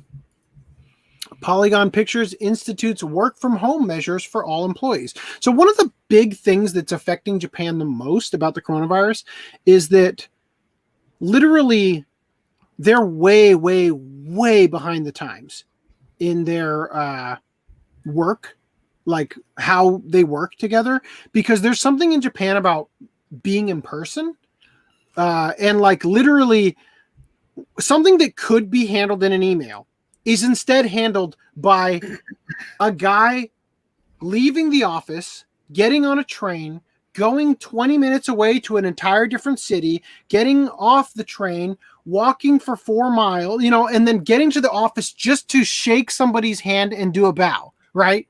That's literally how they operate there. And you could do that like all day. That's your entire job, is a guy who goes out and represents the company and greets people and has lunch and like they have stuff like that in Japan. And if Japan starts embracing the whole work from home thing, I think we're going to see a tremendous boost in productivity in some areas, right? Because you're not filling up so much of your day putting on a face for the company and all that. You know what I mean? You're just getting to work. Because look at how mangaka work. They work from home. They do shit like all day, every day, and they crank out amazing work all the time. So imagine if anime production got worked out that way and how that's going to change. Anyway. Japanese government appoints Hikikomori as head of council on self-quarantine strategies. I haven't read this yet. I'm going to skim through it real quick with you guys. Once loathed by society, now Hikikomori might save society. Hikikomori are Japanese shut-ins, people who don't leave their house under any circumstances. They live their lives in their rooms on their computers, ordering all the necessities online, and typically subsisting off their parents. While not strictly a Japanese phenomenon, Hikikomori quite often make the news here when their lifestyle results in, and then links to other articles, weeks of living with their mother's dead corpse, or years of living with their mother's dead corpse. I don't think we covered the years one. Maybe we did. But that extreme dedication Hikikomori have that extreme dedication hikikomori have to staying indoors at all costs is exactly what Japan and the rest of the world need right now with the spread of the coronavirus, which is why the Japanese government recently announced that they've appointed a hikikomori as the head of the Special Emergency Council on Self-Quarantine Strategies. The council is part of the Ministry of Land, Infrastructure, Transport, and Tourism, and its official title is the Organization of Solitary and Celibate Study. Dakuramaki, no. Takimakura? God. No. That can't be this guy. This has to be like this is an April Fool's Day article, isn't it? Yes. It's an April Fool's Day. I'm still going to read it, but that's pretty funny. Dakuramaki, the 34-year-old Tokyo native hikikomori who was appointed to the council, has spent the last 16 years of his life inside his parents' home in Narima Ward. He was chosen specifically for this position after an extensive interview process with over 1,000 potential hikikomori candidates. The list was whittled down after seeing which hikikomori would reply to the first email, then text messages, then a final phone call. Dakura was the only candidate who picked up the phone call from the government organization, though he reportedly only spoke in moist, heavy breaths. Due to his high social skills for a hikikomori, his years of hands-on experience, and the urgency of the situation, he was immediately given the position. A bedroom was built into the government office for him to feel at home while at work. You thought this was a real article? Really? No, I didn't necessarily think it was real, but I thought that it was going to be a clickbait headline, right? And then it was going to change and be something else. Though he reportedly spent the first day lying hidden underneath the mattress frame. Compared to the rest of the world, Japanese people spend longer times outside of the house at their workplaces, at bars with coworkers, and even having flower viewing picnics. Thankfully, Dakura was able to suggest some strategies to help his fellow citizens overcome their social compulsions. Son Nawakanai, the vice chairman of the council, had this to say about working with the hikikomori. His suggestion to shift focus from face mask production to huggy pillow production was surprising at first, but made sense. If people have 2D waifus and husbandos to cuddle, that will discourage them from physical contact with their 3D partners. Heck, even I can't wait to get home to my Miku-chan. Now, if only the hikikomori would learn to breathe through his nose when talking. Another one of Dakura's suggestions currently being enacted is the development of a new dating simulator that will be mandatory for all Japanese citizens to download, play, and complete before they are allowed back outside. Police officers will be briefed on the best girl routes, and they will interrogate anyone caught outside to see if they finished the Sparkling Venus ending. Fines of up to 50,000 yen, $448 will be given to those who refuse to pat Momoko-chan on the head when she confessed her love to you. The official statement to be used by officers in the interrogation is, "Ooh, woo, are you some kind of baka protagonist-kun?"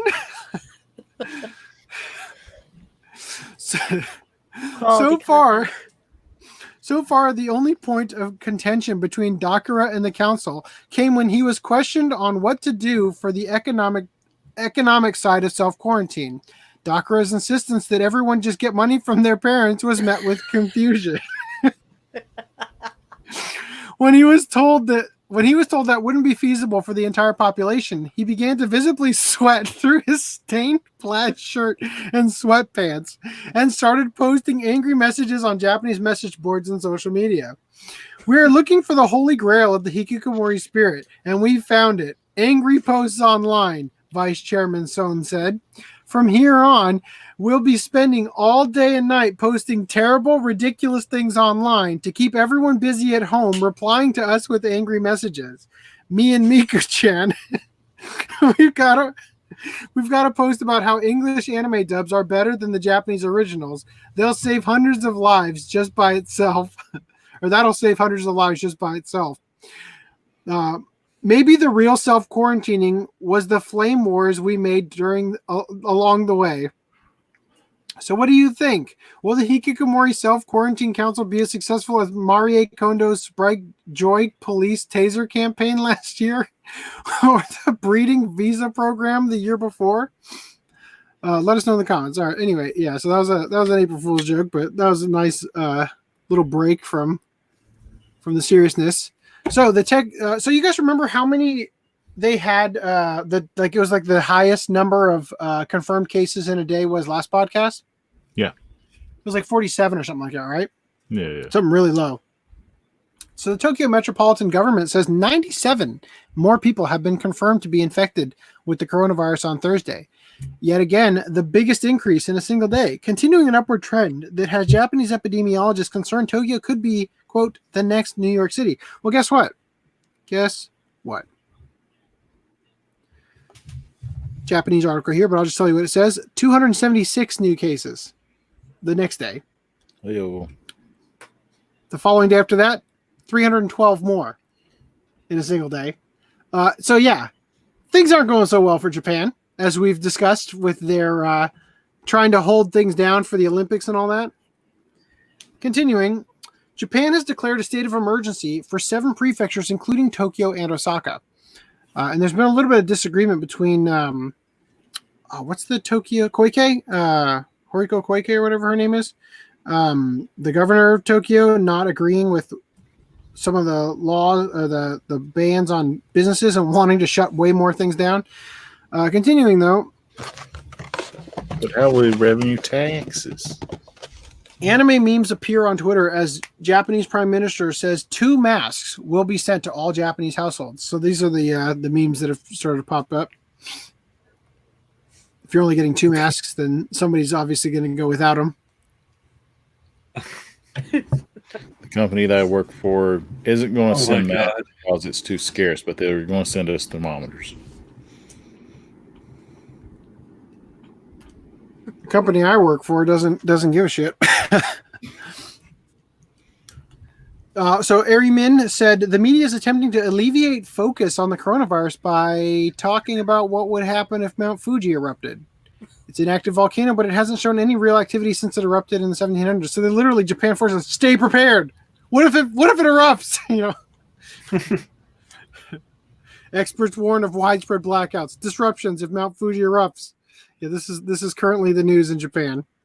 All right. Japan will pay its firms to leave China, relocate production as part of coronavirus stimulus package. China, you have taken such a huge L on the coronavirus because you are such an idiot about it. And so even Japan is taking manufacturing and shit out of China. Now, continuing here, Japan's exclusion of adult entertainment workers from public aid blasted as discrimination. This one. I started to highlight this, but I'm just going to read it because I didn't get to finish it.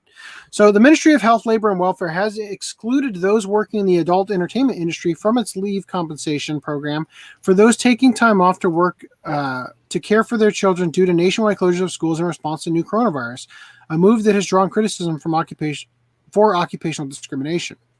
The Labor Ministry has explained that it determined that the industry type, which includes nightclubs and other establishments that entail in entertainment and sex work, as quote unworthy of receiving public funds. Actually, I think that is all that we need to read. So they determined it's unworthy. A lot of people are saying it's discrimination. Blah blah blah. Continuing though, we got this though. Coronavirus allegedly rampant in the Tokyo red light district. So I just want to point out the dominoes here that are happening. Hey, you can't have public funds because you're an icky business. Oh, shit. I can't have the public funds because I'm an icky business. Guess I have to keep going to work. Rampant in Tokyo red light district, right? So, make the problem worse. It is being reported that Tokyo's prostitutes are riddled with the Chinese virus, putting their customers at extreme risk of infection and meaning that the city's surplus of neets and otaku are probably completely fine. Officials are reporting a surge of infections in Shinjuku War's Kabukicho district, allegedly stemming from the area's sex industry, adult club hostesses, and prostitutes alike. It is believed that Kabukicho sees around 300,000 visitors every day, many of them flocking towards the area's 300 sex businesses. Governor Yuriko Koike has besought the nation's perverts to avoid such establishments as a result of the Chinese pandemic. In spite of only having 500 confirmed cases in the city, a recent survey of 64,000 people in Tokyo found that 7% reported coronavirus symptoms, although it must be borne in mind that mild infections can be confused with cold, flu, or allergies. So far, Prime Minister Shinzo Abe has refrained from calling for the kind of nationwide lockdown that has been used in many Western countries, instead relying on mask wearing and the socially reticent nature of the country's population in order to prevent the kind of outbreak that has led to thousands of deaths in many European countries. But as we already established, Tokyo is kind of like the new New York. The one from, the American Akira remake. Just kidding. All right. So also, I'm sharing this one not to read, but because there's pictures of the dozens of sex workers that have coronavirus and what kind of things you could expect to see in Japan. AIDS.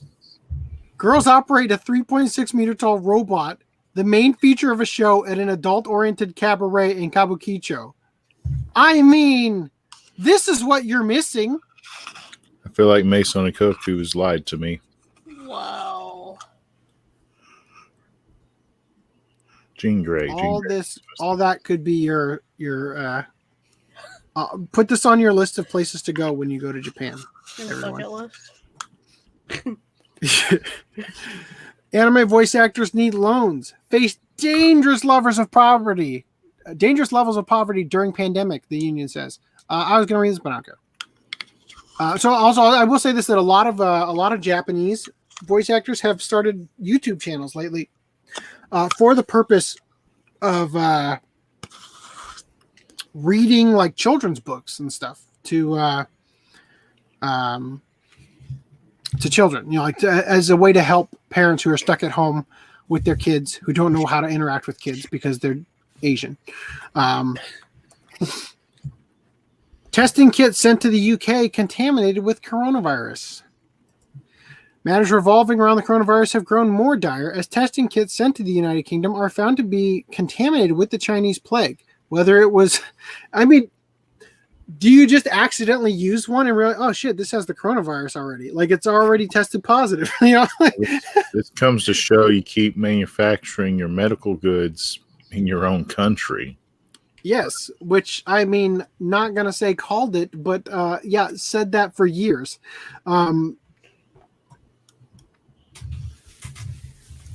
Dire testing kits sent to the United Kingdom were found to be contaminated with the Chinese plague. Whether this was intentional or a mere accident will likely be an incendiary discussion online. The country's government has sought the goal of issuing 25,000 tests a day before April's end, requesting that private companies provide aid in boosting test production. Luxembourg manufacturer Eurofins divulged that core parts of their testing kits were contaminated. However, while their deliveries to UK labs would be off schedule, it had been mentioned by government sources that the country's ability to test will likely be unharmed by this turn of events. Well, you're confirmed because we gave you the wrong testing kit that had the coronavirus already in it. University College London professor Anthony Costello shared his opinion regarding the UK's performance with testing, lamenting the fact that the country should be able to reach the same level as Germany's 70,000 tests per day. We have 44 molecular virology labs in the UK. If they were doing 400 tests a day, we would be up to Germany levels of testing, and that is perfectly feasible. If you look at Korea, they have done 490,000 tests. Their death rate is 3 per million. And have suppressed the virus. I don't see why we can't get these 44 labs up and running. Finding cases and testing. We must go to mass testing, and when we remove the lockdown, then we will have a control mechanism which will enable us to wait without socially distancing the whole country for drugs or vaccine for herd immunity. Yeah, so wouldn't it be weird if the coronavirus wasn't actually nearly as contagious as they were saying, but they were hyping you up to believe that, and then they were just giving it to you with the testing kits to keep the lie going? I'm telling you, the governments are going to be drunk on the emergency powers they're getting, and they're going to try to turn this into like this generation's 9/11. Like this is going to be, they're going to start using things like post COVID-19 world. I guarantee you that's going to happen. Yeah. Also, Nigerian man afflicted with coronavirus bites nurse. So, in case the company that caused the coronavirus, the lab being called Umbrella, using the Umbrella logo with the blue instead of red, having the guy who runs it literally named Redfield, and now this. I mean, it just seems like the plot of Resident Evil 5 is just coming true, right? Yeah. Well, AC, guess what your generation of kids are going to be called? Racist? No, quarantines. Quarantine, Scotty. A man suffering from the coronavirus viciously assaulted a nurse in an attempt to escape from the hospital, resorting to even biting her face. Whether or not the man voluntarily bit the woman or did so as a result of his affliction was not specified. It wasn't actually coronavirus. 47-year-old just got rabies. 47-year-old Nigerian man. Oh dear God, I'm not even going to try to pronounce that. Patrick. 47-year-old Nigerian man Patrick was hospitalized in Guangzhou after being stricken with the deadly coronavirus, though it seems the man was not intent on staying as he tried to escape the medical center. A nurse prevented the sickly man from leaving, but was shoved to the ground and brutally beaten, the crazed individual even biting her face. The woman sustained scratches to her face and non-lethal damage to her neck and waist. Yikes. Arriving at the hospital on March 20th and put into isolation for having the coronavirus, the reason behind the mentally disturbed man's violent lashing out was not ascertained. Considering the biting involved, some could speculate that he did it solely for notoriety. The zombie-to-be is now being treated for his illness while in the presence of police officers. Upon his recovery, should death not claim him first, he will be criminally charged. All right. Yeah. So there's been a staggering surge of New Yorkers dying in their homes, which suggests that they are undercounting coronavirus fatalities. Just throwing that out there. Oh, and then, of course, as I covered last podcast, after calling it an editing mistake, CBS News goes right ahead and runs the same misleading Italian hospital footage again, this time regarding Pennsylvania instead of New York. So great job, guys.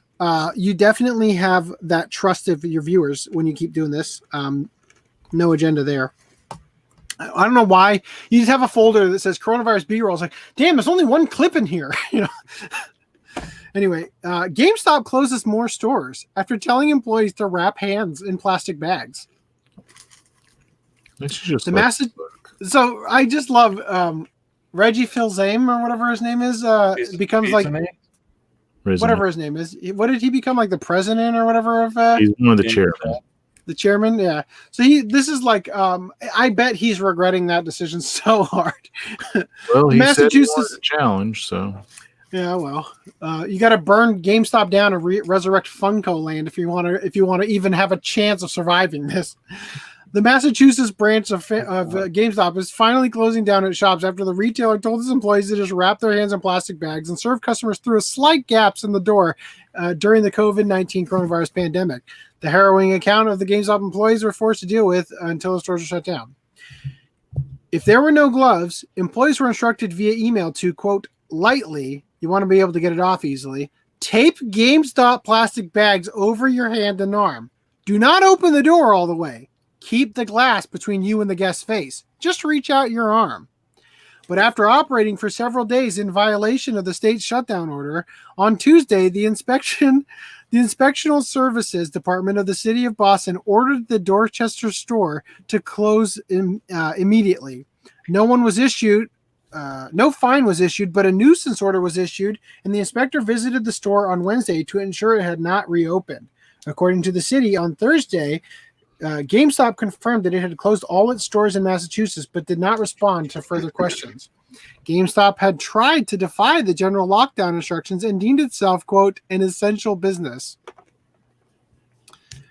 During during the pandemic to continue its deemed itself an essential business during the pandemic to continue its meager operations of mistreating customers and employees. GameStop has also been struggling to maintain its business operations through a personal financial crisis.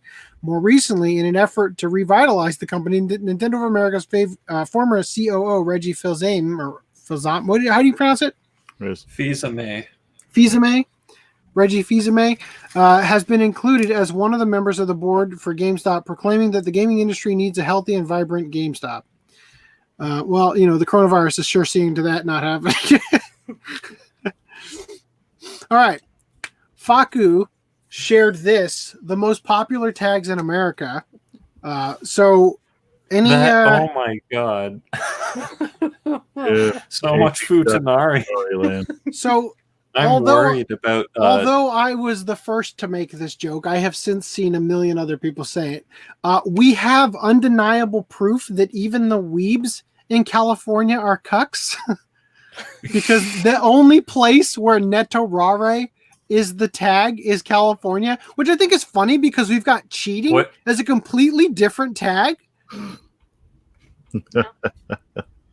What is that state that has incest? North Dakota. Yep. At the top, middle. Yeah, North Dakota. Okay. I didn't know if they had already had a reputation or not. Now, Reese, are you stuck in Futari land? I am Futanari land, yeah. I'm right in the middle of Futanari land. Please, Reese is the reason that the whole West, the Pacific Northwest has fucking Futanari in the tags at all. I'm just glad I'm in Monster Girl land. I wonder what Canada's looks like. Is this Utah? Wait, what state is the one that's the perfect square? Is that which one? Colorado? Utah's near the Great Lakes. Which one? No, it's not. Utah's like this one or this one. I'm pretty sure this is Colorado, right? The perfect square. Which one are you looking for? Anal. The one that's got Wyoming. Was that Wyoming? Yeah, Wyoming. And Alaska. Oh yeah, anal in Alaska too. And Hawaii is cheating, of course. And then Big Dick. I guess those are the two states that have predominantly females or gay people. I think I need to see is the second most popular tag in all these kids' states. Because it could just be Futanari Big Dick, right? Big Dick just beat it out in this. What about Big Tits? I'm surprised that's not one of them. I'm surprised Lolly's not on here. Or lesbian. Yeah. I'm surprised. Yeah, seriously. Yuri's not on here. Hawaii's cheating, apparently. It's like, are there only these tags? Is that why? Like, I've never used Faku. I don't know what their tag I haven't either. I have no idea. Anyway, to look up the Canadian line. I don't know. Do they have it like posted like right underneath it? Yeah, I'm afraid to keep looking here. Let me scroll without. I don't want the food of people represent. Oh wait. Oh, that's the Pornhub one. Oh. It's not the. Well, give us the Pornhub one for comparison. Cartoon, Eskimo, lesbian, Quebec. Wait, Quebec. Something tells me this is fake. Oh, Quebec. Because Quebec isn't part of Canada in that person's mind. Or they just searched for their own local stuff? I don't know. Local singles in their area want to fuck.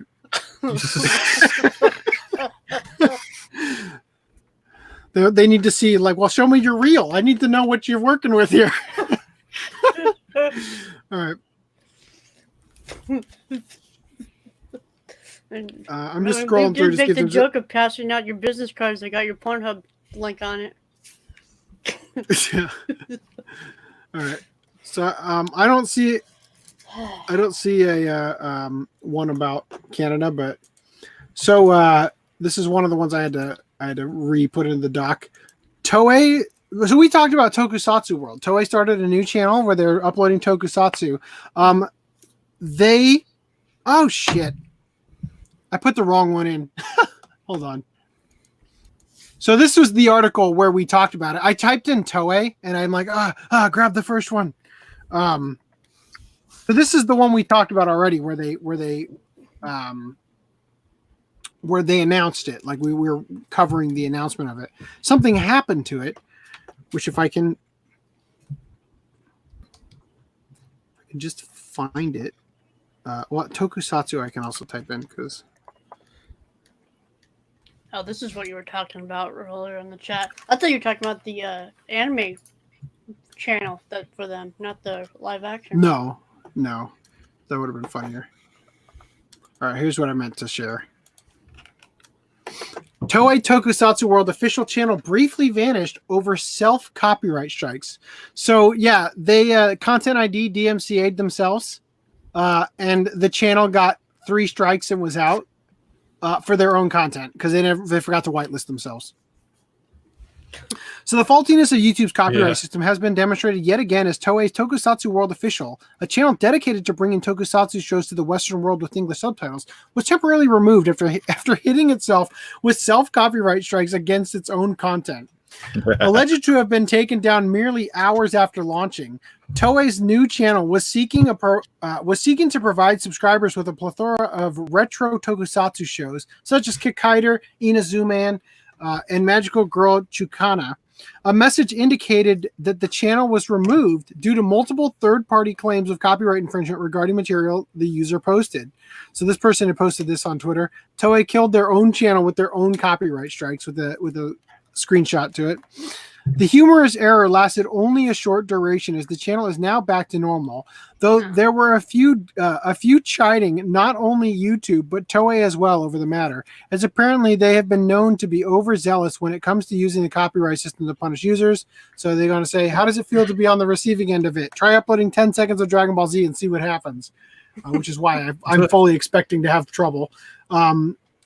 So then this person said, they claimed my entire video of Sailor Moon versus Crystal, even claiming my own copyrighted character.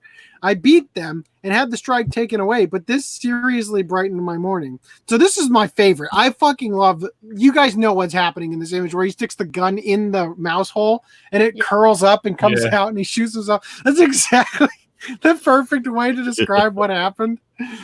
All right.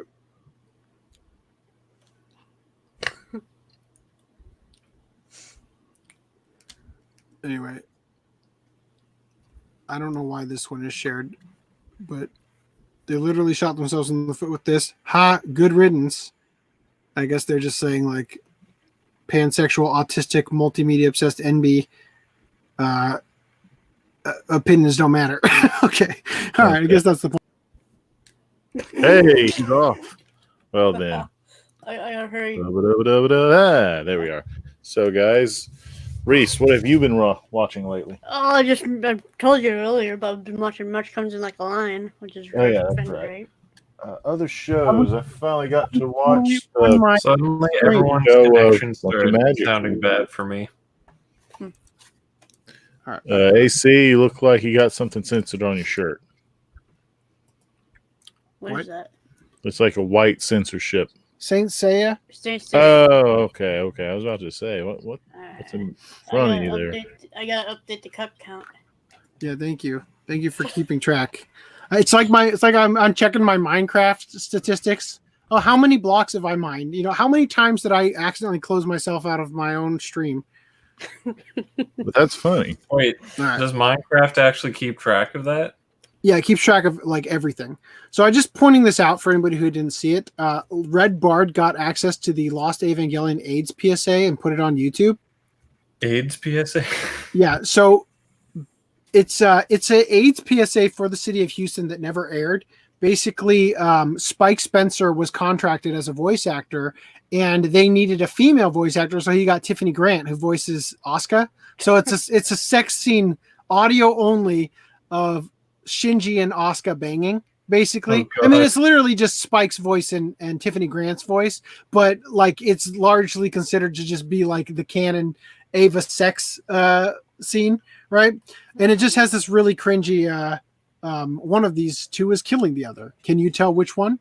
neither can we, right? Anyway, if you guys want to watch it, I put it in the doc so you can find it. Just go to Red Bard's channel and check it out. It's towards the end if you actually want to hear it. But what's the rest of that 9 minutes then? Her talking about the history of it and how she managed to get it and everything. Okay, so third editions. I thought it was just a really long PSA. Did they make it? No, it's like 20 seconds really if long that. second for Shinji. Come on. Yeah. Well, Red Bard claims that the reason it never aired is because when they finally were done with it, like, this sounds a little too real. Which I thought was funny when she said that, but then I actually heard it. I'm like, this doesn't sound like this. Yeah, my connection's really delayed if you heard that long. Anyway, so what was the stretch goal? JoJo's. Yeah, but what was the actual dollar amount? I don't know. Why did it disappear? Yeah, where's the? I don't see. Yeah, why isn't JoJo showing up? It was showing up earlier.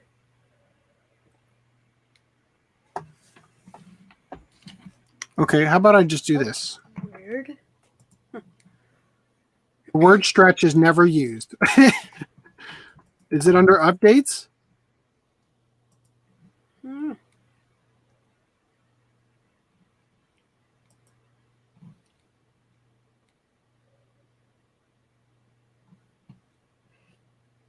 $10K. Okay, they needed to reach 90,000 euros or whatever those are. Yeah, I don't think they're going to make it. Now's the time to tweet about it because there's 6 days left, which means we'll probably talk about it before the or on the next podcast. But assuming we do it on Tuesday, yeah, they're very close to reaching the goal. Hopefully, they get some more. Anyway, continuing here, I literally opened these at the last second because I forgot to add these ones in. We already talked about this one and how badly it failed, I'm pretty sure, finding it unsuccessful. So continuing, Lishansky shared this with me, and it was canceled. So it's already canceled. I don't know what it was. I guess it was like a card game. They actually got funded, and then it canceled.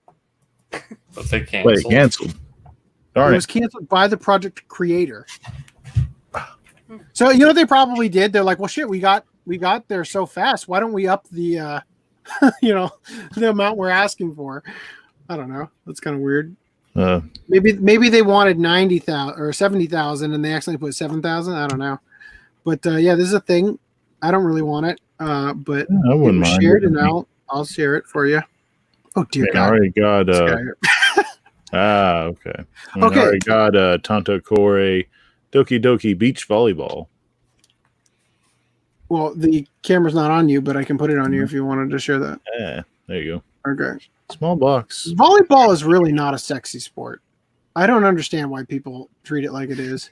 It's all because of Dead or Alive Extreme Beach Volleyball, where they had the ridiculous boob physics. Yeah. You gotta know how to mash the A button. So, I showed you guys Sea of Stars. Yes. It was described as a Chrono Trigger spiritual successor or whatever. Well, I dismissed that originally. Right? Like, okay, don't get hung up on that. It just looks fucking awesome. Well, guess what? They have gotten the guest services, or they have acquired Yasunori Mitsuda, the composer for Chrono Cross and Chrono Trigger, as one of the guest composers for the thing through the stretch goal. So I backed the shit out of this. What'd you get? I backed it for the physical release, even though I probably don't have any of the consoles that can play it. Because it says for PC or console, and I'm like sitting over here on my Mac. Well, you don't even have a disk drive, right? I don't. Yeah, you're right. I don't even have a disk drive on my computer. I mean, there's a digital version. I just wanted to have a physical release of it, like for the collection sake. Anyway, I backed this one. It gives me early backer exclusive physical edition for PC or console, digital copy of Sea of Stars for PC. I know or I'm console. really delayed, but when you hear me in 6 minutes, It says CAD, so I assume Yes. that means this is originating in my home country. It sure is. It's at what's the studio called? Sabotage? Yeah, in your home country. Hey, I like to think that one of these bumps was me sharing it, but it probably wasn't. Anyway, so it looks really awesome. If you guys haven't seen it yet, I really suggest that you check. What the fuck? My mouse just died. No, there it is. Oh, my Bluetooth just completely disconnected for everything, and then connected again. Well, that was interesting. And then says Todd McFarlane's Kickstarter is up to 874,000. Yeah, he just started it last 24 hours. Kind of want to know what he's trying to kickstart. Oh, we can look it up in a second. Also, you sent something else. Who? Not you. Old man sent something else. I can't. So Italy, China, personal protective equipment sold coronavirus. So I'm assuming that is an article about. Oh, here, Italy sent China masks when the virus started there. When Italy needed masks later, China sold them the masks that had been donated. What the fuck? And they're were they not contaminated though? Well, as contaminated as both countries are. You see, I recognize this avatar. Is this? Did you change your name? EC says, looks like America likes to fap to the full package. Well, who said it was full package? Yeah, I mean, like, that's probably the second tag right underneath all of those, right? So when I asked for the second tag, it's probably big dick, full package, big dick, right? That does bring up a good question. Is it considered feminine if they don't have the scrotum but have the ovaries? What? I think what he's saying is that there's going to be a higher ratio of female parts to male in that case.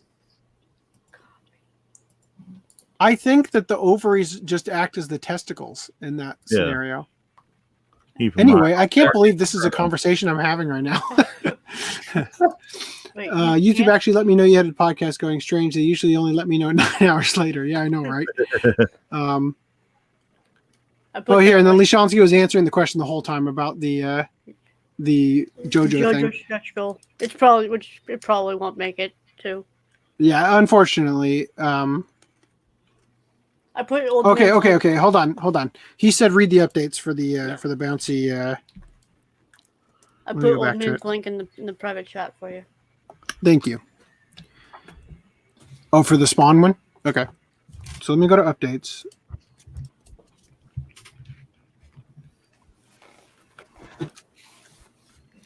There's a story to this card game, apparently.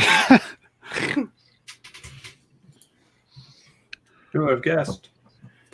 Pages for backers only. Project is canceled. I can't read it. Were you must have been a backer, I assume.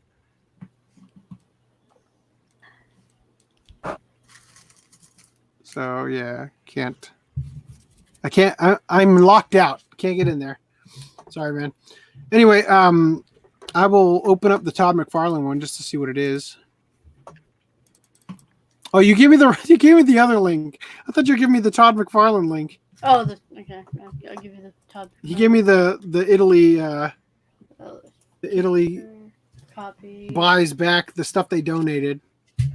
Private. Italy gave China personal protective equipment to help with the coronavirus. Then China made them buy it back. There you go. Winnie the Flu over here.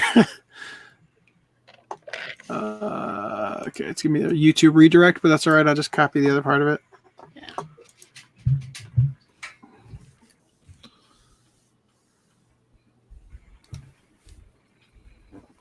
Yep, that didn't work.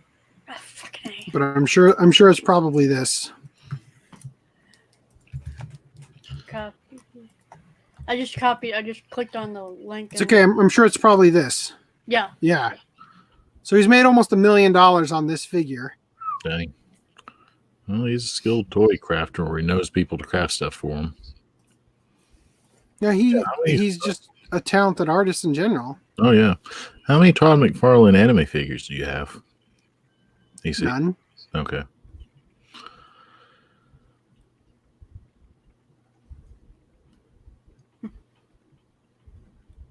Ooh, he's like you can take off his mask and see his burnt up face.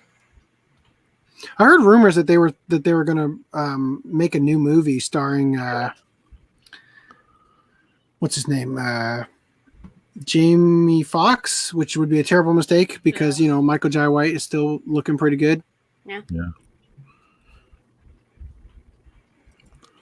So they have that reboot that's supposed to happen. There's supposed to be a reboot of the Toxic Avenger, but I think nobody needs that. All right, so continuing here.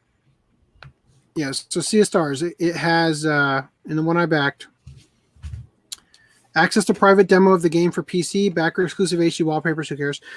Commemorative grave with your name added to the in-game crypt, right? So I don't think they're going to want to put the anime collector on the grave, but I might have them put Cypherus.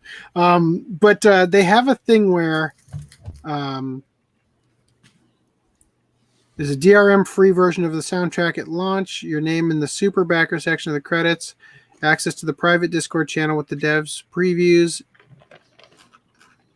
exclusive permanent super backer title on the Discord. So anyway, there's also one where, so there's Yasunori Mitsuda, who looks way younger than I thought he would look, be honest with you. There's another one, if you do like the absurd priced one, so many that are like dirt cheap. Where's the, oh, here, is this it? They have this one where, did they actually sell this one? Yeah. Oh my gosh. Somebody backed it at $1,400. There was one where, yeah, our artists work with you on 100% custom monument for the crypt. All right. Anyway, if you care, but the thing is that, look at this. This is the problem here. 400 backers for that one. This crypt is just going to be ridiculous. 400 unique custom monuments for the crypt. Yikes, right? Anyway, but I still want to play. I think it's going to be cool. And it's just going to become the area where it's obviously like the donator, like tree farm in Minecraft. Donator alley. So what? Yeah, it's just going to be like an enormous part of the game, and all it is existing there just for that crap, So that's kind of unfortunate, but it's still. I think the game looks really fun. I don't know when I'll ever have time to play it, but at some point in my life, I'm going to sit down and play it. Live stream, let's play? ? I would, but I'm worried about the. I'm worried about the what do you call it? Copywriting and just anything, just in case it's. How is there copyright on a game Twitch play like that? I don't know. I would love to do it. I would love to. Disable the I'm actually music locked out of my then- Twitch account. I'm locked out of the Anime Collector Twitch account for some reason because I got that new phone, the new phone number. So I'm like locked out of. I'm sure I could get back into it. I just haven't yet. So anyway, continuing though, that looks cool. I added something to the comments for the I don't know if it's what visual novels would go on the games or something, or when did you add it? Can you give it to me in the private chat? Well, the podcast. I didn't want to edit the doc while you got it open. Can you add it to the private chat so I can see it? Alright. Augie, do you want to take this one? Yes. Anime Weekend Atlanta. So originally for the hotel blocks, it was supposed to be this Monday on the 13th for the initial one, which would be you book a room and you do the full 4 days. Well, now since the virus is in effect, they're not sure what's going on. They have pushed the hotel registration to June. So it's basically the same as what Anime Expo did. Yeah. Okay. Thank you, Reese. Do you want me to pull that up right now and we'll just go through it? You want it? Go ahead. Okay. Well, let me go to the next one here, which is the date for E3 2021 has been set, and it is June 15th to June 17th, but I don't think anybody cares. Let me go back to the comments here. Make sure I don't accidentally cuck myself out of the stream again. So Lishansky said regarding the bouncy ball game, For the Bouncy Beach game, the creators wanted to take some time to improve the game. They were surprised at the response to their Kickstarter and wanted to make more content and add-ons. So I guess that's why they. I think that's why they. Oh, okay. EC, that's E Castro. I'm like, I know that freaking Avatar. I know I've seen that a million times. Hey, Randall Lemon's here too. So anyway, yeah. Go back it. That game looks really fun. Anyway, so Clannad visual novel gets physical release in the West. I thought that already happened. Yeah, I think I literally have that and could pull it down and show it to you right now. This is on the For Switch. Switch, maybe? On the Switch, yeah. Why did they label it this way? So people would click. So is it censored? Did they change it? What censorship could they censor? I don't know. Nobody dies. Whoa. Anyway. All right. So I saw this. HBO Go /Now will have free movies /series /documentaries starting tomorrow, including Pokemon Detective Pikachu. No subscription is required. So if you needed something to waste your time with, because you're like furloughed or whatever, this is something you could look into. I wanted to see a documentary here called McMillion. I saw an ad for it. It's about the McDonald's Monopoly game and how every single winner was somehow connected to McDonald's in some way. And it was the whole time. So kind of interested in that. But otherwise, you could just check out other stuff if you're interested. Also, Viz Media Europe is now Crunchyroll. So they've got a presser here I thought we could read. I haven't read it yet. Crunchyroll's getting too strong. The streaming market is more powerful than the physical market. So Viz Media Europe has rebranded as Crunchyroll. This is like cringe to look at with the All the orange. oh no. Hey, FDDNM, help me. I don't speak French. Japanese this is all gonna be in French? Why is this in English here? Why you got French and English in the same thing? Because the leading company, also, the Viz Media Europe also covers France or whatever. Yeah, but it's like you got. Oh no, this is English. I just saw Paris. Why is? Okay, now I get it. It's not actually okay. The leading company is in the process of transitioning the Viz Media Europe brand to Crunchyroll, and all brands are starting to be communicated as Crunchyroll brands. Kaze, Anime on Demand, Anime Digital Network. So basically, all the streaming services are being taken over by Viz or by Crunchyroll rather. Wow. So they're getting a lot. Wow, they're getting this is a big move on Crunchyroll's part. So Crunchyroll, Warner Media Company, and Viz Media Group, Europe Group announced on December 4th the closing of the transaction that brings together Crunchyroll's popular anime brand and global platform with Viz Media Europe's group's EMEA wide network of partners, distributors, and licensees rather. Crunchyroll, the world's most popular anime brand, connecting anime and manga fans across 200 countries. Blah, blah, blah. Anyway, I think it's pretty self-explanatory. Let's just read the quote here. Now that we are under the Crunchyroll brand, I am even more excited to be given the opportunity to lead a very talented team that is uniquely positioned to grow the passion and engagement of anime and manga across the EMEA region. Our teams in Berlin, Paris, blah, blah, blah, blah, blah, blah, blah, blah, blah. This doesn't sound that interesting. All right, cool. Thank you. Now we know Crunchyroll is growing. That's the gist of it. Also, Crunchyroll also in the news because Kiss Anime tweet. Yeah, so as if it were inspired by the previous mistakes committed by Funimation, Crunchyroll 2 has indirectly supported the concept of piracy after its Twitter account shared anime screenshots labeled with the watermark from a notable piracy site. While the tweet has since been expunged, Crunchyroll's embarrassing gaffe was preserved by one deft observer who revealed that the anime streaming platform shared screen volleyball anime Haikyuu that were laden with watermarks from a piracy site. So is it just that one image or did they all have it? It's hard to tell. I think it's just the one image, which of course leads me to believe that they're just doing a Google image search. You know exactly. what I mean? So I think it's a bit like they should, when they say, oh, they're indirectly promoting piracy or whatever. It's like, I don't think. I mean, it's an they're accident, promoting. but I wouldn't say that they're actively promoting it, but I would say they're indirectly promoting it, because if you click on the image and say Kiss Anime and you type that in, you find the site.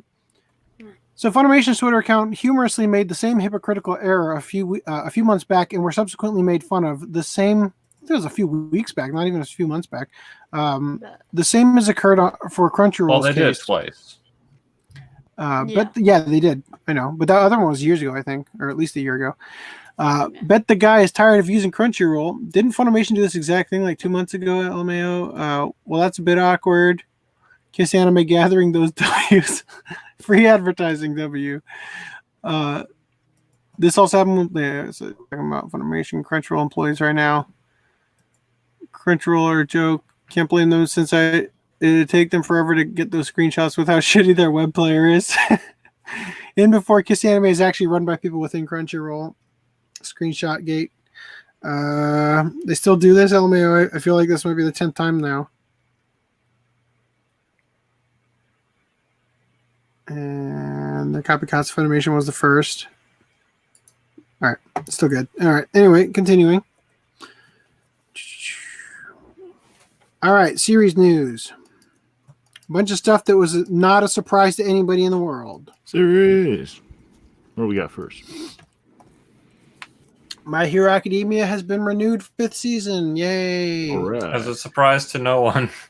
Yeah. I mean, I legitimately am happy for it, but I wasn't expecting it to go anyway. I wonder when season 4 and the second movie is going to be released on home video. Second movie, I think, is already out in Japan. Sometime. Or no, we just covered that. The second movie's coming out with new footage in Like Japan in the June or near something? future. Okay. I'm wondering when Broly's going to get a 4K release, because it would be really nice to have that before I finish that video, because I zoom in on certain areas to simulate the IMAX experience that we had. But doesn't that simulate better when it's 1080p? No, it simulates it better when you can see how janky the lines were. Yeah, anyway, but it's so low res because they probably put 1080p on. It's hard. No, they only composited it in 2K. Right. So it says here, something new awakens in Japan, but this I'm pretty sure says new power awakening. Yep, that's what it is. Right? It is absolutely that. All right. So Sorry, continuing. spoilers, shit, spoilers. I'm sorry. I was only half listening to what you just said, so I'm glad I wasn't. If it's a spoiler, I think the greatest plot twist would be if Deku wasn't actually quirkless, and then he ends up manifesting another power.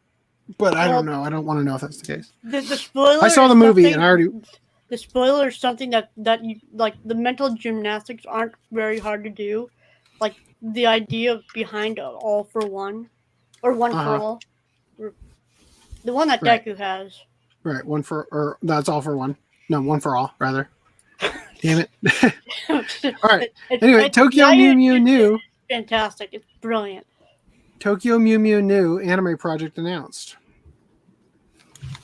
So, still waiting on that to get a physical release over here. I was going to say that essentially confirms we're never getting the original, because it's like, oh, well, just use the new one then. Yep.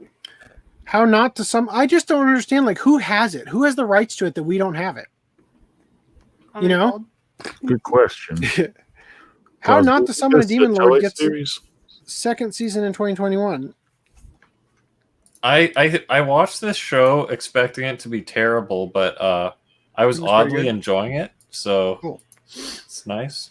Tiger and Bunny gets second season in 2022. The new season. Only the Tiger biggest anime in Japan took this long to get another season. Right?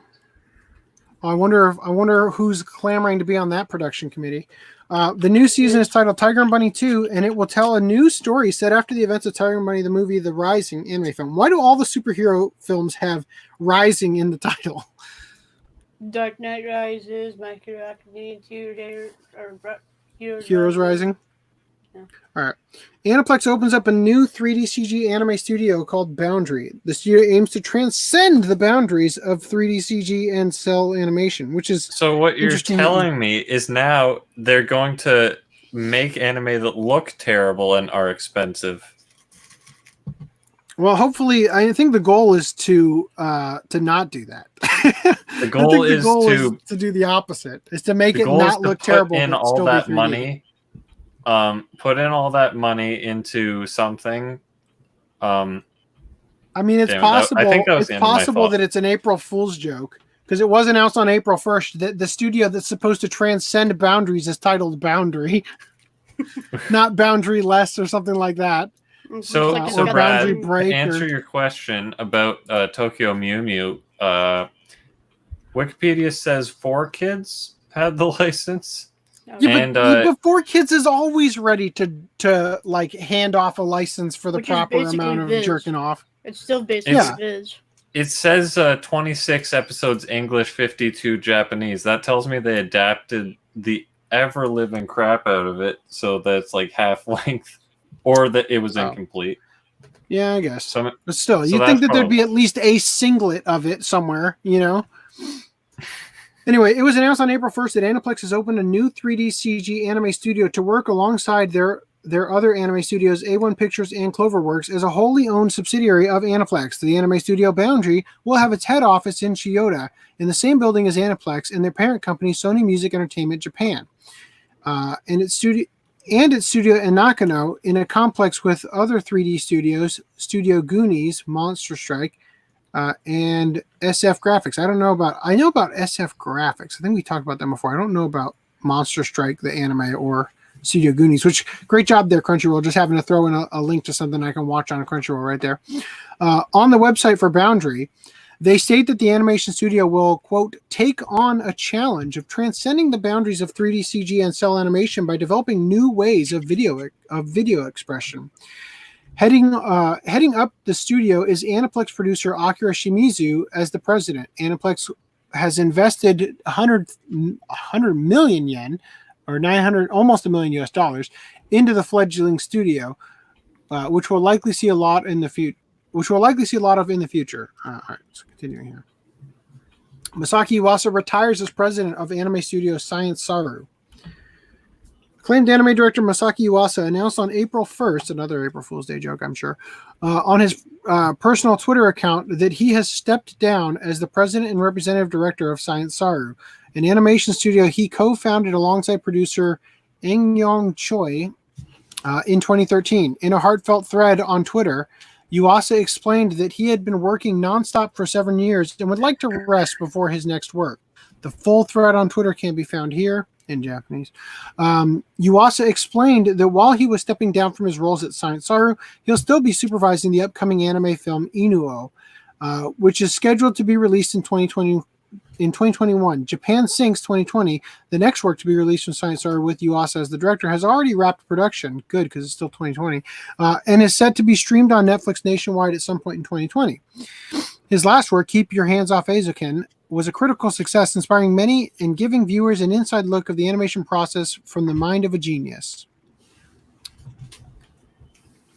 The animation director said that his retirement from the anime studio was effective March 25th, just 15 days after Japan Sinks 2020 had finished production.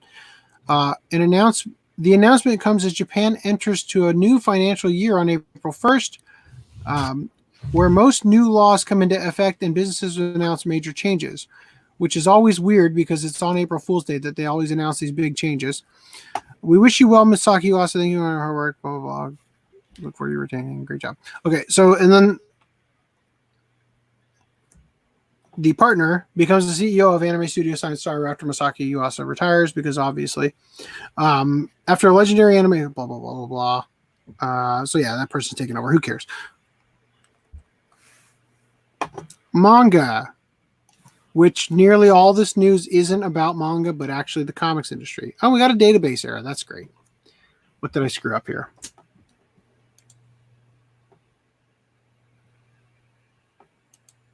Did all of One Angry Gamer, is One Angry Gamer down right now? It just had an AIDS attack. Give it some time. Yeah, I'm getting that too. Well, Maybe it's because RHYS and Brad are on at the same time that's overloading the server. We can just read the titles. no, you kind of need to see the pictures. I'll save them for the next podcast. which sucks because literally we could have started the podcast like 2 hours earlier if I could have skipped the gaming ones we're going to skip. One Piece underage drinking cover raises eyebrows as Luffy raises a cold one. We'll go through this one and see if they're good by the time we're done.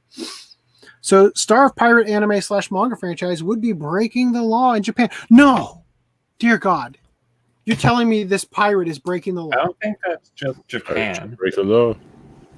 There should be privateers. The thing about that law I don't get is that there's so many times in anime where a minor does drink alcohol, but I'm guessing because it's an accident that it doesn't count as the law. Like, there's a minor drinking alcohol. It's so dumb. Like, you literally become a pirate so that because you live by your own laws, your own rules, right? Like, fuck you, I'm a pirate. It's international immunity in the water, right? And all that shit. Anyway, One Piece debuted in who cares about the history of it? Okay, so here's the cover with him and the drinking with these other guys. Kind of funny is the two on the side are not even. There's no way the two on the side could pay attention to Luffy because Luffy wouldn't exist at that time. But it's just strange how they just kind of make it clash anyway. Okay. So one angry gamer's back up. All right. Well, then we're just gonna go back to that.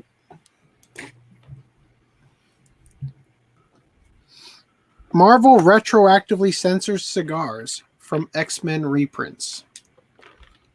Okay, 4 kids. Yeah. Yeah. So Disney owns Marvel now, of course. And there's some really funny shit in this one. I don't remember what it was specifically, but I remember scrolling down and laughing really hard at one of the responses to this. So first of all, they had to censor the smoke too, right? Oh, well, I read that as mutant massage instead of massacre. So they had to censor the smoke. So her hair just looks freaking weird. It just looks ass in general compared to the original. Like something about that remastering just looks like terrible shit. Coloring's all off and everything. But somebody had a great one. Oh, there's a...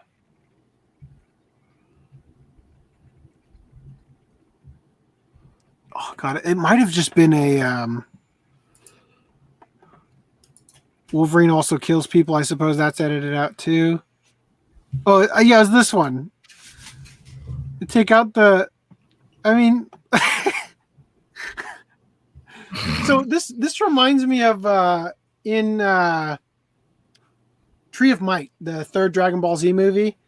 When they aired that on Toonami, they had to air the censored version. And there's a part in that movie where Turles is holding open Gohan's eyes, making him look at the makeshift moon, so he'll turn into an Ozaru. And they said, you know what? That kind of looks like child abuse. So he can't hold his eyes open. So what we're going to do is lower Turles' hands down to his waist.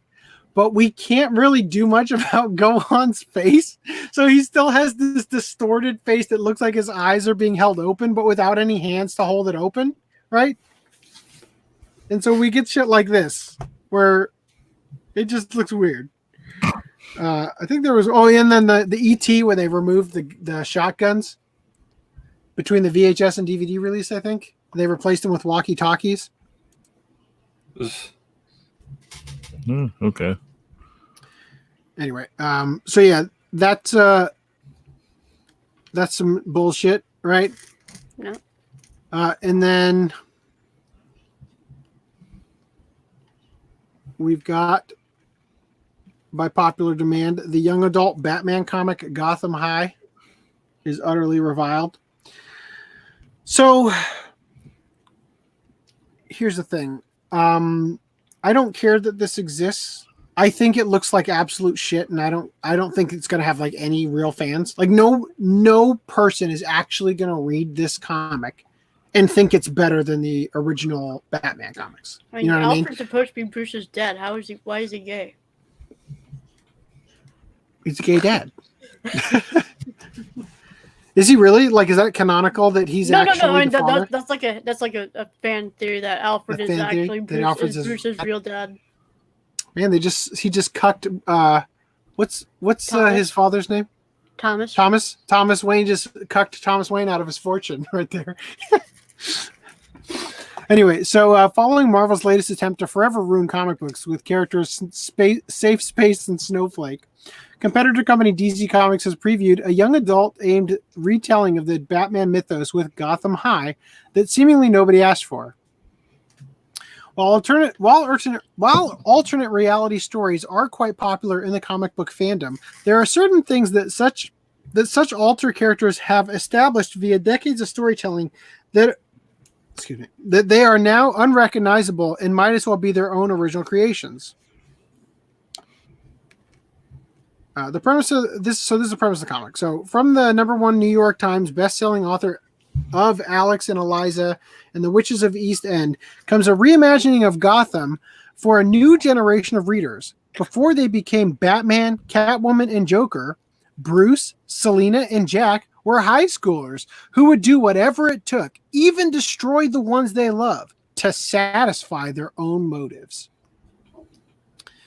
After being kicked out of his boarding school, 16-year-old Bruce Wayne returns to Gotham City to find that nothing is as he left it. What once was his family home is now an empty husk, lonely but haunted by the memory of his parents' murder. Selina Kyle, once the innocent girl next door, now rules over Gotham High School with a dangerous flair, aided by the class clown Jack Napier. Oh, did they? Did they disable the comments? Versus Seed says that they disabled the comments on the trailer for Gotham High. Wow, that's surprising. Oh, sorry, boy. I unplugged my headphones for a second. You'd think they would stop with the Batman, but no, they have to continue. When a kidnapping rattles the school, Bruce seeks answers as the dark and troubled knight. But is he actually the pawn? Nothing is ever as it seems, especially at Gotham High, where the parties and romance are of the highest stakes and where everyone is a suspect. Okay. With enchanting art by Thomas Pitilli, this new graphic novel is just as intoxicating as it is chilling, in which dearest friends turn into greatest enemies, all within the hallways of Gotham High. So, you can watch the promotional video, did they just change it to not have? It still has, you can still like downvote it and upvote it or whatever. Last I checked, at least. Come on, pause. I'm going to get started. I don't want to get a fucking copyright claim for that. 32,000 dislikes to 2.5 thousand likes. And you know what? A lot of these likes are probably the bots, like those guys on Twitter. When I mention something that vague even related to their profession and auto likes it, right? Like literally I'm talking about full package Fuda and I use something that references like real estate and some real estate broker will like my tweet. So my tweet about full package Fuda shows up to his 1 million followers on his. I mean, I can't tell you how often that shit happens, right? But that's probably where most of these likes actually came from. Is that anything related to Gotham, Batman, the Joker, whatever? Like as soon as that goes up, likes, kind of thing. Although that wouldn't be very useful anymore because it doesn't like show who liked it or automatically post to Twitter that you liked it or anything like that anymore. But anyway, so here's the basic gist of it. So this is the thing: is it's all framed in this like fucking social media. This is such cringe. Oh, this is such cringe. I can't imagine growing up this generation and being like, dude, he's got 2.4 million followers. He's only following one person. It's probably the Joker. 536 posts and 2.4 million followers. Those got to be some damn spicy memes that he's posting to have that kind of ratio. Also, we've got the Joker here leaving a porn store, right? Gotham Triple video. It's got 139 likes on his Instagram. Also, Selena Kyle's a whore. She's dating both of them. And so both of them are simultaneously getting cucked by each other. They're also on what I'm assuming is, what is this app? Oh, fuck. What's the dating app called that everybody uses with the swiping? Tinder. Tinder, thank you. Anyway. Okay, so let me ask you this. You're thinking about Batman, right? This character's supposed to be like something you idolize, right, and everything. This is his his freaking Tinder profile. No. Dark, brooding, taking the photo with my toes. Like, right? No, Alfred probably took that picture, then fucked him later. Yeah. Oh, again, the cringe. The alternating caps. My girl game is no joke. Funny and hot. Stop messing with this Joker, Selena. Oh, cringe. Such cringe. Oh, here are the comments that they deleted. In 80 years of Batman, we've never seen him quite like this because no one asked to, ever. We've never seen him high on crack looking to blow someone for a hit either, but there's a reason for that. I'm not saying that doing an alternate universe with him dealing with school, peer pressure, and the like couldn't be interesting. Choosing his mortal enemy as a part of a love triangle, a guy he has history with, that was a bad choice. But seriously, they could change the names and it'd be 100 times less cringy. It'd simply be a forgettable, trashy romance novel. So actually, the alternative universe with him dealing with school, that's Gotham. That's the fucking Gotham show with the guy from the OC as Commissioner Gordon. It's a pretty good show. You will cheer when Jada Pinkett Smith's character dies. And then you will cringe when she's not actually dead. She's the worst part of that show. A plot twist, this comic is part of Joker's elaborate scheme to ruin Batman's image. And they say my jokes were bad. Plot twist, this is all a dream of Batman, meanwhile, is kidnapped by Joker and Scarecrow. Plot twist, this is all fan fiction written by Catwoman to troll Batman and Joker. It's a shame that comments are disabled, so we can't like these comments. Oh, the New Warriors. I'm Dirty Dan. Gotham High. No, I'm Dirty Dan. New Warriors makes Gotham High look like the Dark Knight Returns. What do you call him? Pinhead. This is garbage. Makes Gem and the holograms look like a top-notch material. Anyway, I don't think there's probably not more gold here, but anyway. Marvel, go away, everyone.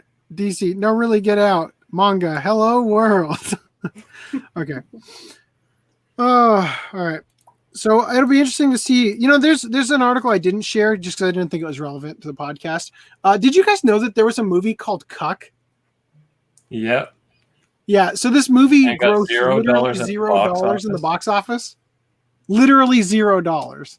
It was being hailed as like the good version of Joker by all the people who claimed Joker was going to be shit or whatever. Yeah. Hold on. Joker will wear his iconic red lips, where in this series, he's not just struggling to win Selena's heart, but also struggling with his gender identity. Oh, okay. I made that part up, he said. Okay, that was a joke. Anyway, so yeah, this movie Cuck is like, I want to see the dollar amount that this makes, because I know that they're only going to sell like 5 copies of it, and they're all going to be to the anti-SGW YouTubers who are going to review it on Amazon. It came out back in December. It says no. It says it's good. No, I'm talking about the Batman thing, the Gotham High. Sorry. But yeah, they're only going to sell enough copies for the anti-SJW YouTubers to make fun of it. Anyway, also I got to refresh this one. Oh, yeah, because we got to know about, because we didn't establish it in the Sankaku Complex article. Gotham High turns Alfred into a gay Chinese man. Because, of course. Boy, this takes forever to load. Okay, so yes. I am, period, Alfred Dean Pennyworth. And this is my husband, John Pennyworth. I am, period. I don't understand how that works. Like maybe a semicolon? Like maybe he's answering the question of are you gay?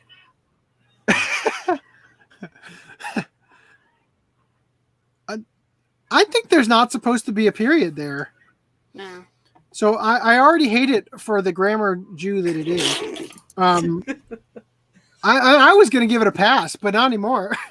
So yes, even Alfred has been race swapped. He's now a Chinese man who's gay. I just love the things that the writer at One Angry Gamer chooses as relevant to talk about. A gay Chinese man. So not only does Alfred have to worry about contracting an STD from unprotected gay anal sex, such as AIDS, he's also at a higher risk of contracting the coronavirus.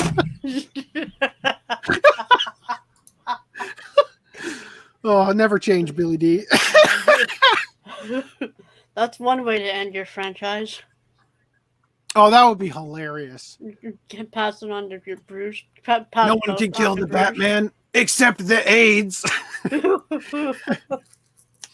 It's happening. The conventional method of killing Batman with, the Rube Goldberg machines just didn't work, so we just gave him AIDS. We raped him and gave him AIDS. Diamond Comic halts payments to publishers. Okay, so I haven't read this, but it seems like it's worth at least addressing. So the comic apocalypse, not to be confused with the comet apocalypse, NASA keeps teasing us with. Okay, Kevin, you're not very good at writing articles. Billy D's like head and shoulders over you because he's constantly bringing in AIDS. So it continues to worsen with Diamond Comics' announcement that they will now be halting all payments to the various publishers, citing a lack of cash flow. Comma, the sole distributor in the industry says it simply doesn't have the money to pay them. How dare you use the inverted weird picture of Ron Paul. As a quick recap, Diamond Comics became the sole distribution company in the 1990s following a failed self-publishing venture by Marvel. Since then, nearly every company has distributed their material via Diamond rather than maintaining their own print works as a cost-saving measure.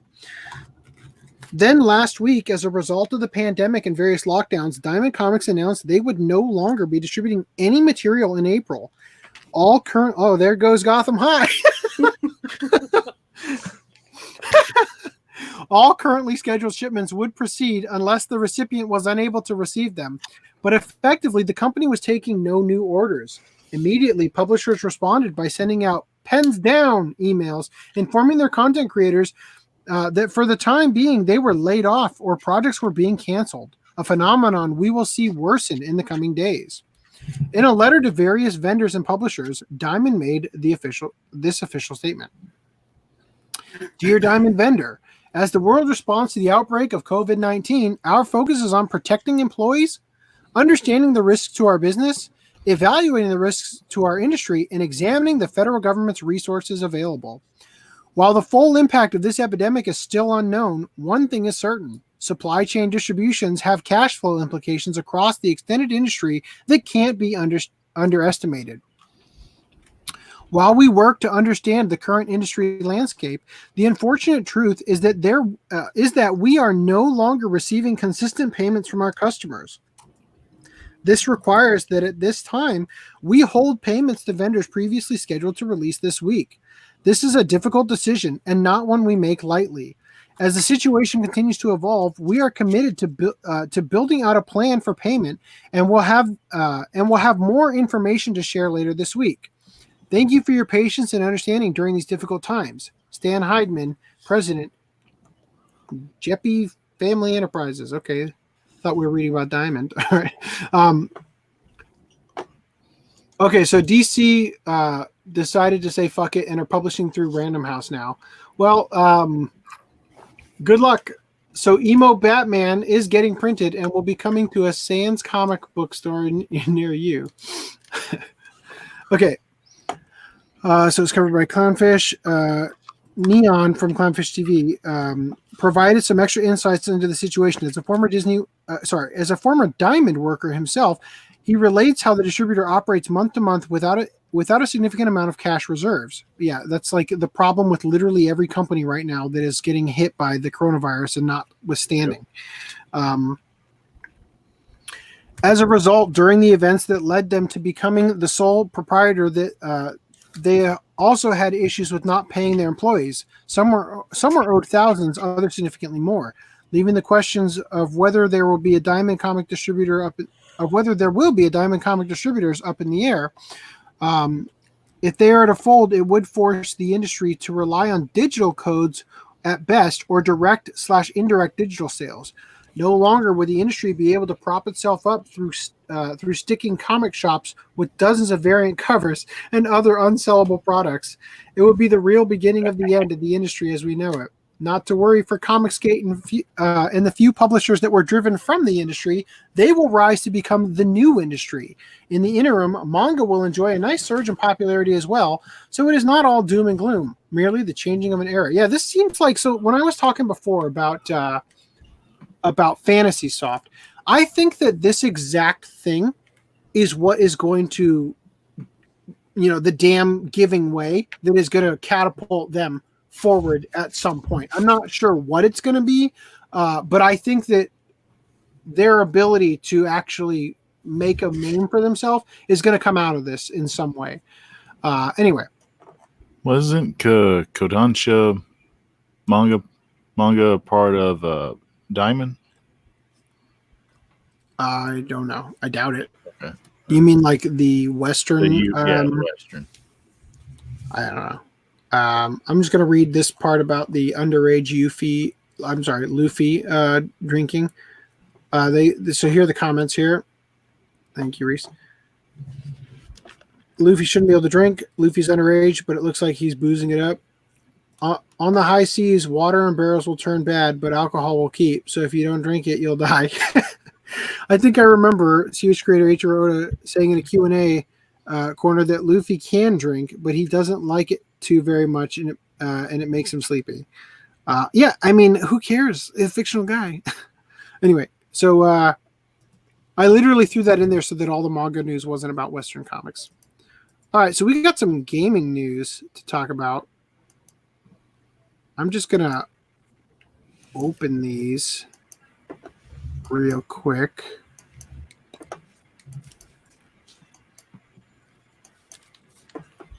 Come on. These tabs are killing.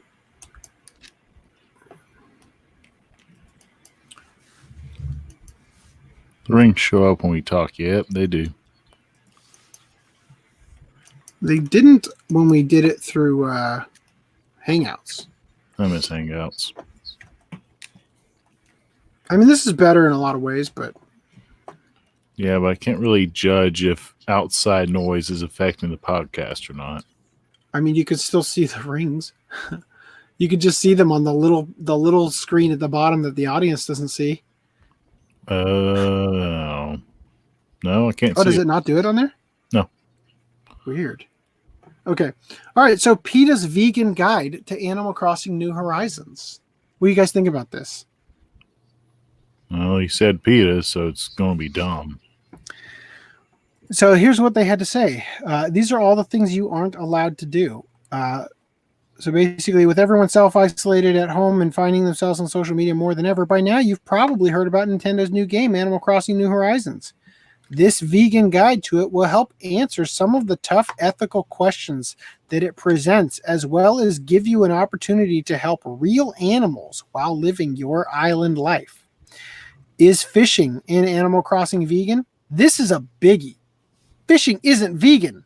You shouldn't fish in real life, so you shouldn't do it in the game either.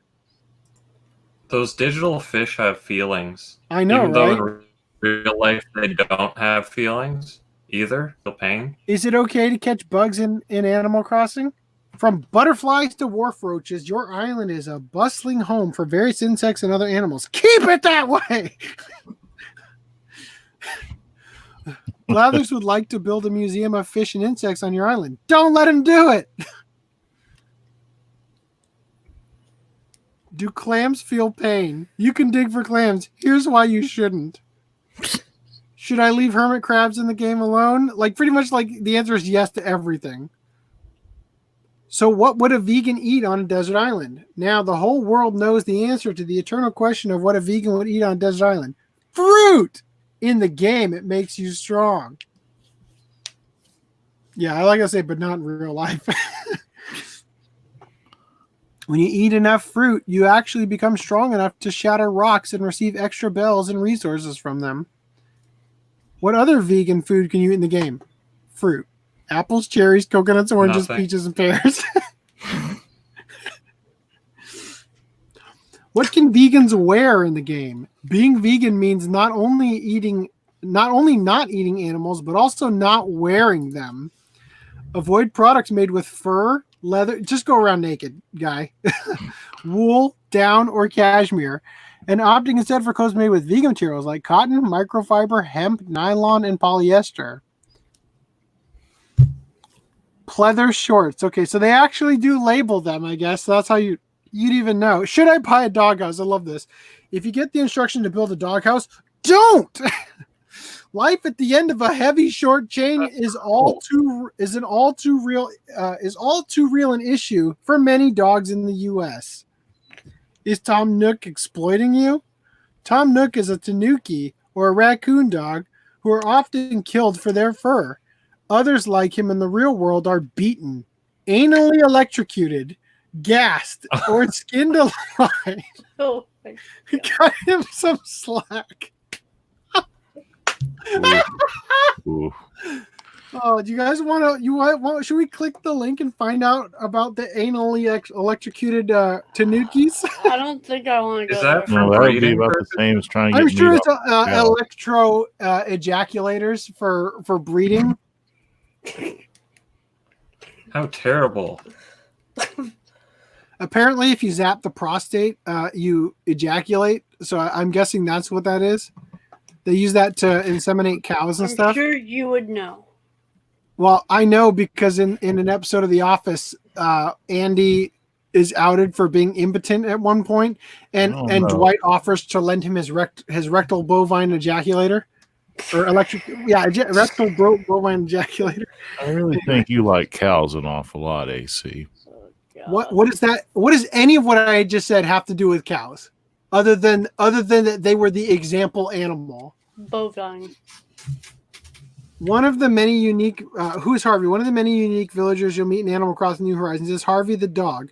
He's a total hippie. He loves nature. And he's vegan! In previous games, he expressed his fondness for vegan burritos and his love for birds. Great job. Who gives a shit? I just can't believe this article actually exists. How does PETA stay in business? Some people Are they don't. government funded? How do I end PETA?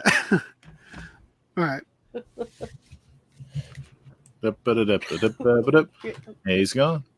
So, I think it's time for us to share quality time with Adventure Kit.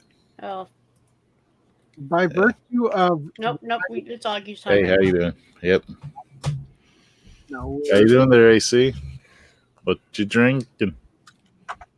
Is that bovine nectar? Getting sauced already? That's Yes, probably I why might. Killing the clothes out of the tab. you're killing me here with this. Okay. Cooking Mama, Cookstar, silently pulled because it was a Bitcoin miner that was frying people's switches. So that's all I got to tell you about it. I just wanted to let you know because I thought it was funny. Okay. My Bluetooth disconnected again. Quick, let's make fun of his beard. I can still hear you. It's just everybody's got an echo now. And he's gone again. Oh shit! So once more, valuable time with Adventure Kit. He's the supreme cuck lord at this point. Oh, Side cucking because of the. So buttons on Brad, the side how of does the it feel mouse. to be officially the supreme cuck lord of the internet right now? I'm pretty sure iDub still holds that title. That's true. All right. So, okay. Continuing. All right, reviewer complains about violence against women in Resident Evil 3. So I just want to restate before I even read this, because I haven't read it yet. Remember when I said that you aren't allowed to give like SJW type characters flaws or hardships? So the only Yeah, which is why that characters end up scene in becoming Persona 5 that I experienced was altered. Right. Well, so that's why the only characters that end up being interesting in this diversified market are the straight white males, because they're the only ones who are allowed to go through hardship or have flaws, right? Yeah. So, reviewer complains about violence against women in Resident Evil 3. So, the already censored remake of Resident Evil 3 has drawn ire from the usual outlets who had an issue with the amount of violence levied against the game's female protagonist, Jill Valentine. Despite the fact that the game over scenes already go out of their way to cover up Jill's gory demise. So-called reviews editor Nate Crowley discussed the Resident Evil 3 remake's violence against women, pointing out that it is unreasonable to single out the particular game in the franchise and in the horror genre in general. However, he still goes through with his talking point that women should not be harmed in video games. So here's what he had to say. I do kind of want to flag the whole violence against women aspect of Nemesis and of the game in general. All women characters are invincible from now on. Right, Captain Marvel? As it's hard to deny it's a theme, or that it's presented with at least a little relish. I realize it's completely unreasonable to single out Resident Evil 3 for this when, gestures at the entire history of the horror genre. And in fairness, you play as trigger-happy mercenary Carlos for a good portion of the game, so you get to see loads of lingering close-ups of a man's neck getting devoured like a late-night burger too. But yeah, there were moments while playing when I just felt uncomfortable. Jill isn't too obviously a vessel for anyone's fetishes, but realistic as she is, she's clearly designed to be sexy. And she spends an awful lot of time being hurled into things, slapped about, grunting in pain, being asphyxiated, and either struggling to force assailants off her or being graphically murdered by them. There was one particularly rough bit where one of the previously mentioned spider monsters, game. Right? So for the future, no more women in horror games, only men. Can't have any more women. And then in about, 4 years. But that's not inclusive enough. Right. In about 4 years, the articles will be like, women can like fight monsters too. Right. That'll just be, because again, this is the thing about postmodernists is you have to find something to complain about. So like literally no matter what it is, like you just can't win. Not gay enough. Oh, you Disney's put a gay character in? Not gay enough. Not disabled enough. Right. Every single time. Anyway. I don't think we even have to read the rest of this, right? Like, this is dumb. It's obvious reaching, right? Mental gymnastics and all that. Anyway, continuing, I feel like something more pressing needs to be talked about. Resident Evil 3 Remake changes Jill's classic outfit DLC by having her wear a skirt. So if you don't know what a skirt is, it is a pair of shorts with a front flap that looks like a skirt. So you're literally wearing shorts, but with it looking at first glance like a skirt until you see underneath and you're like, oh, there's no panties, right? Or, the lack of visible panties. The crotch is cut out and so the legs are sewed together. Yeah, the way you're describing that sounds like it's like shorts that are made into a skirt, but that's not what this is. So anyway, we'll see some images. You'll know what it is. Keen observers of the Resident Evil 3 remake have stumbled upon the realization that Jill Valentine's classic outfit DLC actually has her wearing a skirt rather than a skirt, essentially rewriting the history of the game in order to cater to sex appeal hating feminists. Jill's skirt from the original Resident Evil 3 and her classic outfit DLC in the remake. So this is the original. This is the angle they've got of her outfit in the remake. Here's another angle. Here's a video, so you can actually see like it's just a guy rotating around the models. Boy, it looks awful.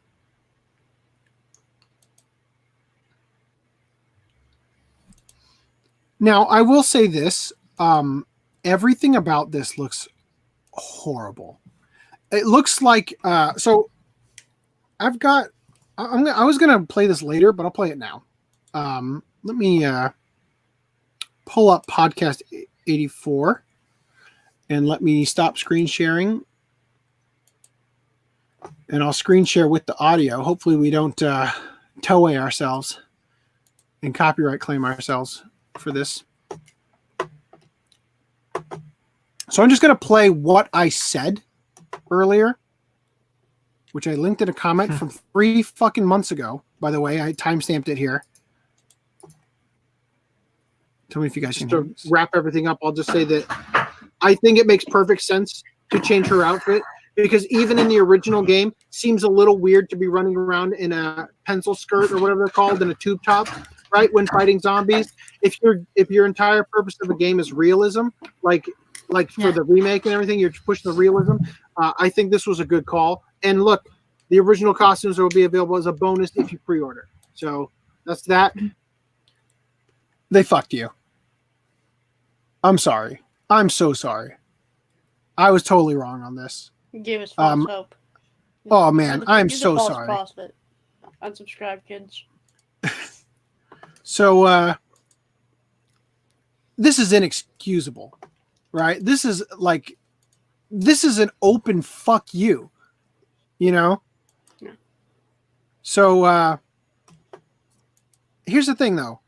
Like, seriously? Okay. This is ridiculously unrealistic. Barbie body, right?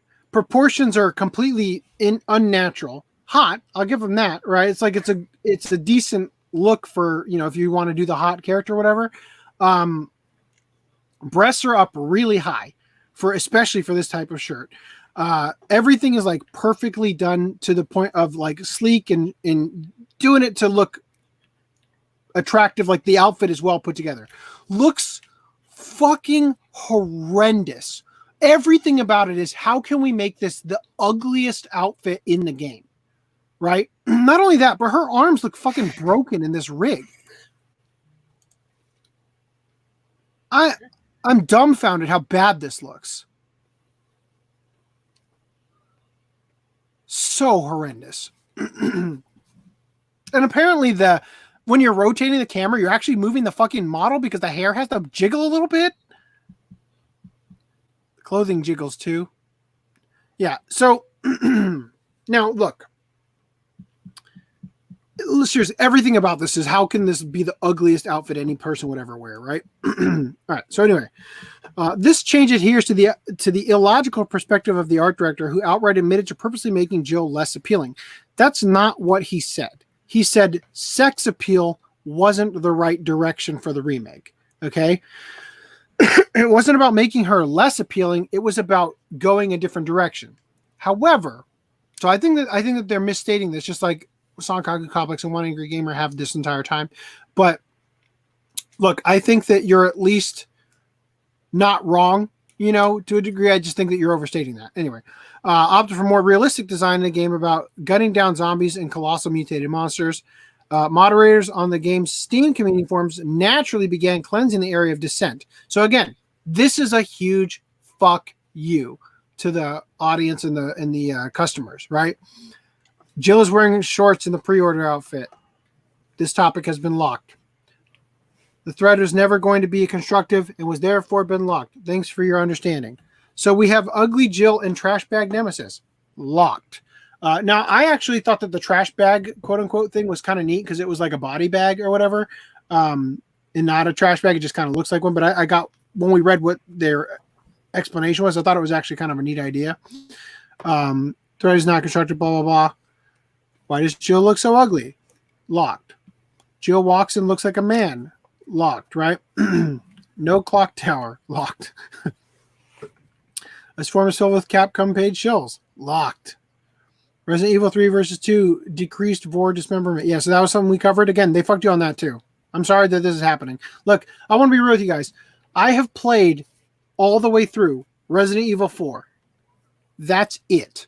I have played, but not all the way through, Resident Evil Outbreak and Resident Evil 5. I've played 3. I downloaded it because I was trying to get assets for the press X joke in the Resident Evil Vendetta first impression video. I played it for like, I don't know, maybe an hour, but it was mostly me trying to find out if that asset I needed was even in the game. And at the end of the day, I found it somewhere else. But that's basically all I ever played. All right. I'm not a huge Resident Evil guy. I loved 4. I thought it was a masterpiece, but other than that, I haven't really, given it perhaps the proper, I would say that I'm not as close to this as the people writing these articles. So I'm just given like a full, look, I should step back from here. And in fact, I've highlighted, or I didn't highlight, did I? Because it was failing. Also, I want to note this too.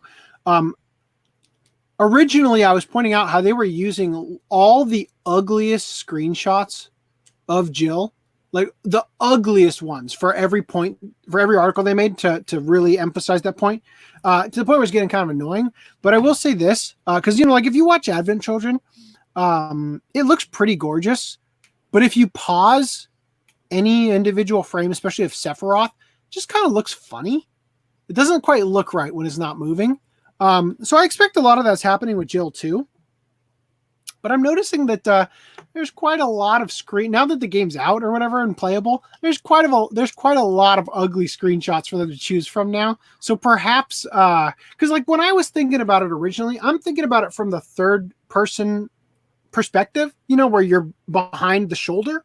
And I think she looks fine from that perspective. And I'm also thinking of how fucking horrendously hideous she looked with the blonde hair in Resident Evil 5.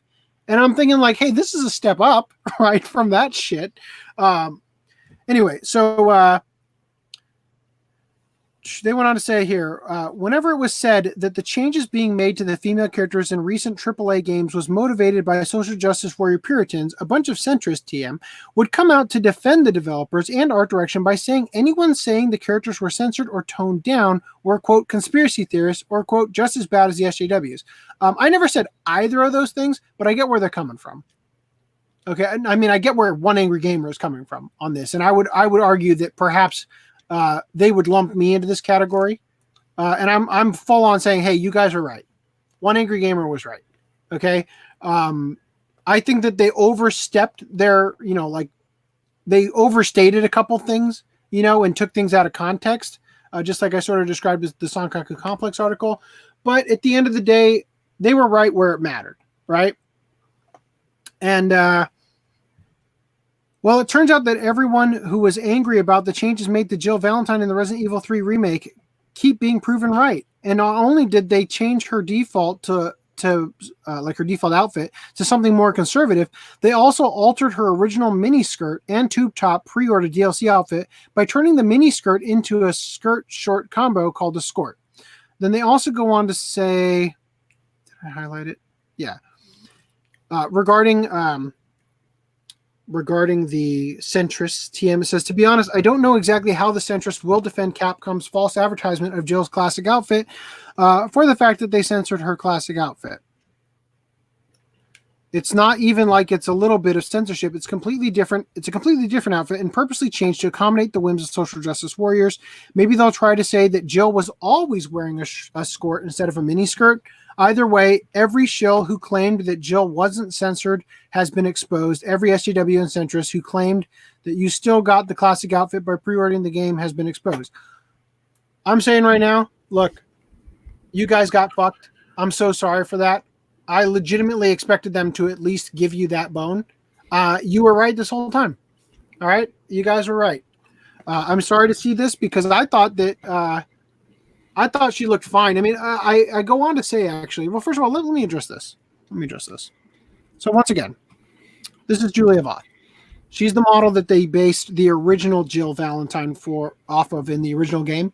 It's actually her at Anime Expo cosplaying as herself, her character, Jill Valentine. She is objectively much prettier than Sasha Zodokov or whatever her name is. The new model they have. Current one? Yes. She's objectively prettier, right? Oh, yeah. I mean, we can all acknowledge that she's a better looking. I mean, in my opinion, she's prettier, but I don't know if I'd say objective. But okay, go on. So my argument originally, and I'm going to show you guys the comment I made 3 months ago about this. My argument originally was about the controversy about them changing the outfit. Because this outfit, in any context other than your little still frame, Barbie pose, is a horrible outfit. And I would argue is even horrible in this. It's aesthetically not thing that I put on a character I designed because I just think it looks like shit. That's my personal opinion. Okay. It looked like shit in the movie. It even looks like shit when Julia Voth is wearing it for her cosplay. And once again, how low the breasts are compared to here, right? Where they're pushed up and everything. It's a whole different look. That's part of the stylizing. Now that's an entirely different argument that needs to be had, right? So let me go ahead. This is the new outfit. And admittedly, it actually somewhat looks better here in how high they the breasts for the stylized bit than the other one. But it's still, it's like she's wearing something like she looks like she just wrapped fabric around herself and is holding it in the back with a staple. It just looks like ass, right? Now, here's the actual comment I put here. I said, just to be abundantly clear, I am not at all saying that we should ban sexy female characters in games or anything remotely like that. As far as I'm concerned, there's always going to be room for the sexy outfits and characters in stylized games like Devil May Cry or Bayonetta, or even just anime art style games like Nessa and Pokemon. My argument here Devil May Cry is not even stylized anymore. It's just real people. Yeah, but isn't like regardless, before that it was still stylized, more or less like that, because it's another Capcom game, right? And I think Lady, is she in the new one or was she only in the older ones? Because Lady was Lady was a great hot character design too back in the day. Like when that first came out, she had like the 2-color eyes or whatever, and the little like freaking Catholic schoolgirl outfit or whatever. Anyway, so my argument here is that with the Final Fantasy VII and Resident Evil remakes, they are working really hard to ground them more in reality, and the previous outfits just don't fit the new level of realism they're going for. It would be like complaining that Christopher Nolan didn't keep the old Adam West Batman's POW effects in his grittier, more down-to-earth renditions of Batman. And then I went on to say, now if you wanted to argue that Tifa or Jill's outfit could be sexier rather than just saying it's different, that's a whole different argument than they aren't using the original outfit, right? Now, I will go so far as to say that not just the outfit could be sexier, but you could also make the whole other argument that the character could be sexier, which they are making now. People are talking about her being hideous, right, or whatever, which I think is a harsh criticism. I just think she's not as pretty as the older one, right? I wouldn't say that she's like looks like a man or any of that stuff, although some of the screenshots are very not flattering. But I would argue, as I'm going to show you here. So, as I said, I think that if we're just objectively talking about, let's just say that this friggin' outfit compared to this outfit, let's just say that, right? Let's say that let me just get rid of this one. This outfit versus this outfit, but let's pretend that this is actually the skirt and they didn't do like a half-ass job. I still personally think that this outfit looks better. Why? I mean, come on. Resident Evil Mercenaries, you're going to tell me that wasn't better. I forgot what the next image is. You're going to tell me that wasn't better than that? So, again, stylized anatomy, way hotter than real life, right? You could make the argument that this is the direction that they could have at least gone one step further in, and I will fully support that claim, right? Because this is what she looked like in previous games, and I'm just saying aesthetically for me, I think that's better than this stupid outfit here. I think this looks like ass. I think it always looked like ass. Even when I was a kid and I saw the stupid thing in the Game Informers or whatever, I didn't think it was a good design. I always thought it was dumb. Okay? It looks dumb now. It looked dumb then. Continuing, if you're still butthurt over it, rest assured Resident Evil Resistance characters have official nude textures. So I don't really want to show this. this isn't sexy or exploitive or whatever the rules that YouTube would try to ban me for or community guidelines strike to anybody but maybe Jeffrey Dahmer, but I still kind of don't want to show it. It's the texture map, right? So the bottom line is that if you saw this wrapped up onto the model rather than just the flat texture, that it's like they're saying that the official one has the nudie bits, right? But realistically, I mean, first of all, that's not super uncommon. But usually they'll like Photoshop them blurred or whatever. Like they won't leave them straight up, nude. But I'll tell you this much: if you were excited to mod them to not have clothes, I guarantee you it's not going to be hotter than the actual mods that redo the textures because they're not designed to be sexual. Just telling you that right now. Anyway, so there you go. I've said my piece on Resident Evil with the outfit. What do you guys think? How do you feel about them doing the score? That's a pretty low blow, don't you think? Especially because it's a pre-order bonus, right? Yeah. Then again, you can probably get a mod that has a fixed. So fucking bad in the movie. Oh, she looks so bad in the movie. I mean, that's basically false advertising. They had it in the promotional stuff before the thing came out, and then that's it's not the unbelievable, right? Also, Rebecca and Claire Redfield are better. Anyway, moving on. Capcom issues out a new survey asking fans if they would buy yet another Resident Evil remake. So, the survey, which isn't loading here, says these are your options. I will purchase the game even if I had to buy a new console.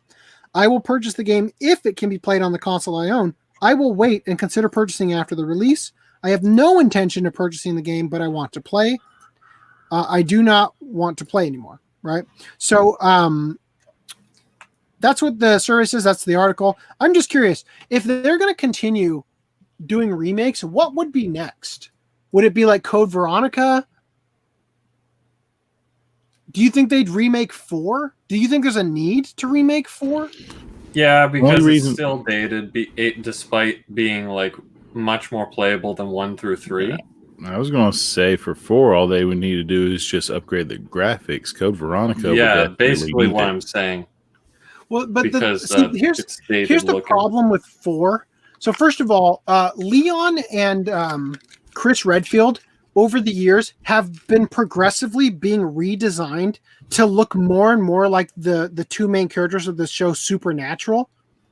Leon has been probably the most consistent design-wise, I'd say, in general. Look it up in Resident Evil 6. In Resident Evil 2, he looks completely different. Like from the first Resident Evil 2, I guess you could say. The remake, he looks more consistent with the latest ones. Yeah, but so in 4 he looks different. His hair is like a whole different color. His like in 4 he looks like David Bowie, his face.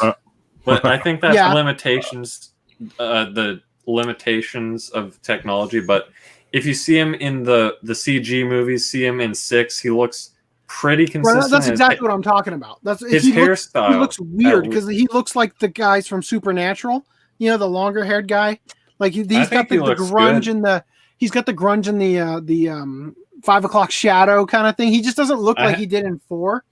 In 4, so he kind of loses technical limitations because he looks. No, I think they were going for more of like a K-poppy pretty boy kind of thing with Leon in 4. He looks older. Like, how do I put it? He looks older despite being younger in 4. He looks exactly like the step in the direction that they went with Dante in Devil May Cry, where they gave him like the grittier, like more realistic look, and he's like, I've got the chisel jaw. Yeah, but in Devil May Cry, he actually looks like a rackety old man wearing like 6. He just looks like, he's like, he might be a bit older now, but he's not like.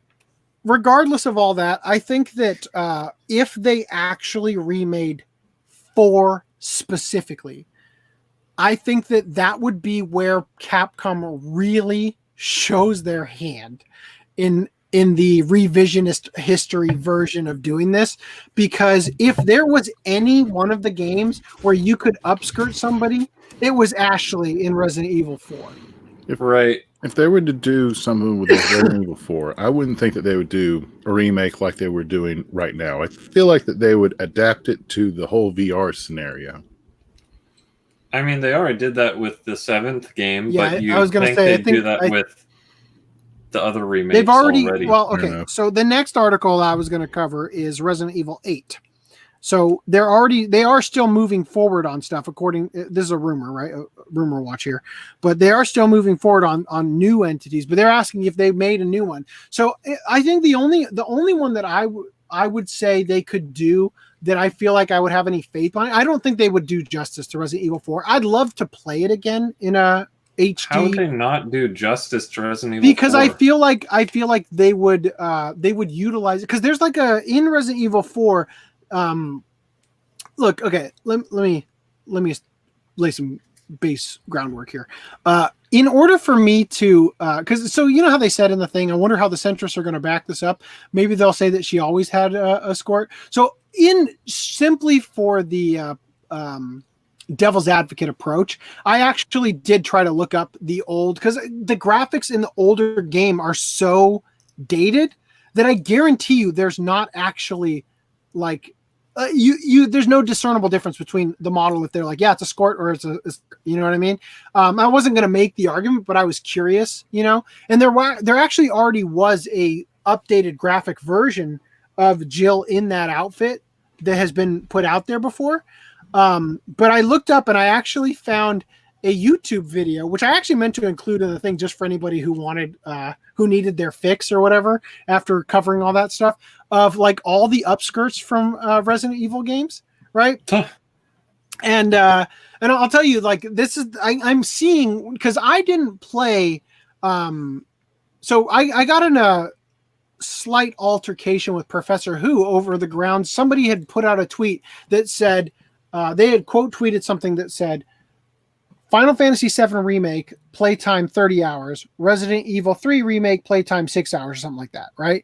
And then the quote tweet said something like, are people really still believing that a game's length determines how good it is, or something like that?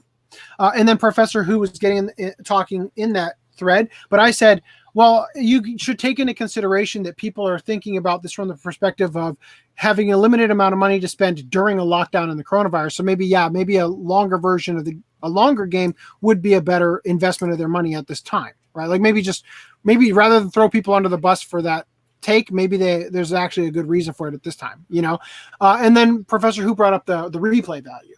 Now, I don't think Resident Evil has tremendously good replay value, because really what you are doing is you're collecting gems and shit, or you're playing with the alternate outfits. Oddly enough, the Resident Evil 5 is the most replayable one I've ever played, because I don't know, it's just like because it was mission based, you could select any segment of the story and just go head on into it and be like, yeah, that was a fun mission. And then there's like unlimited ammo, which they have in other Resident Evils and stuff. But it's like at that point, it was like just when they started streamlining it, I guess you could say. Well, but Resident Evil 3 is, if it's like Resident Evil 2 Remake, it's not mission based, so you basically have to replay from the very start. What was the first one that had Rebecca in it with the convict guy?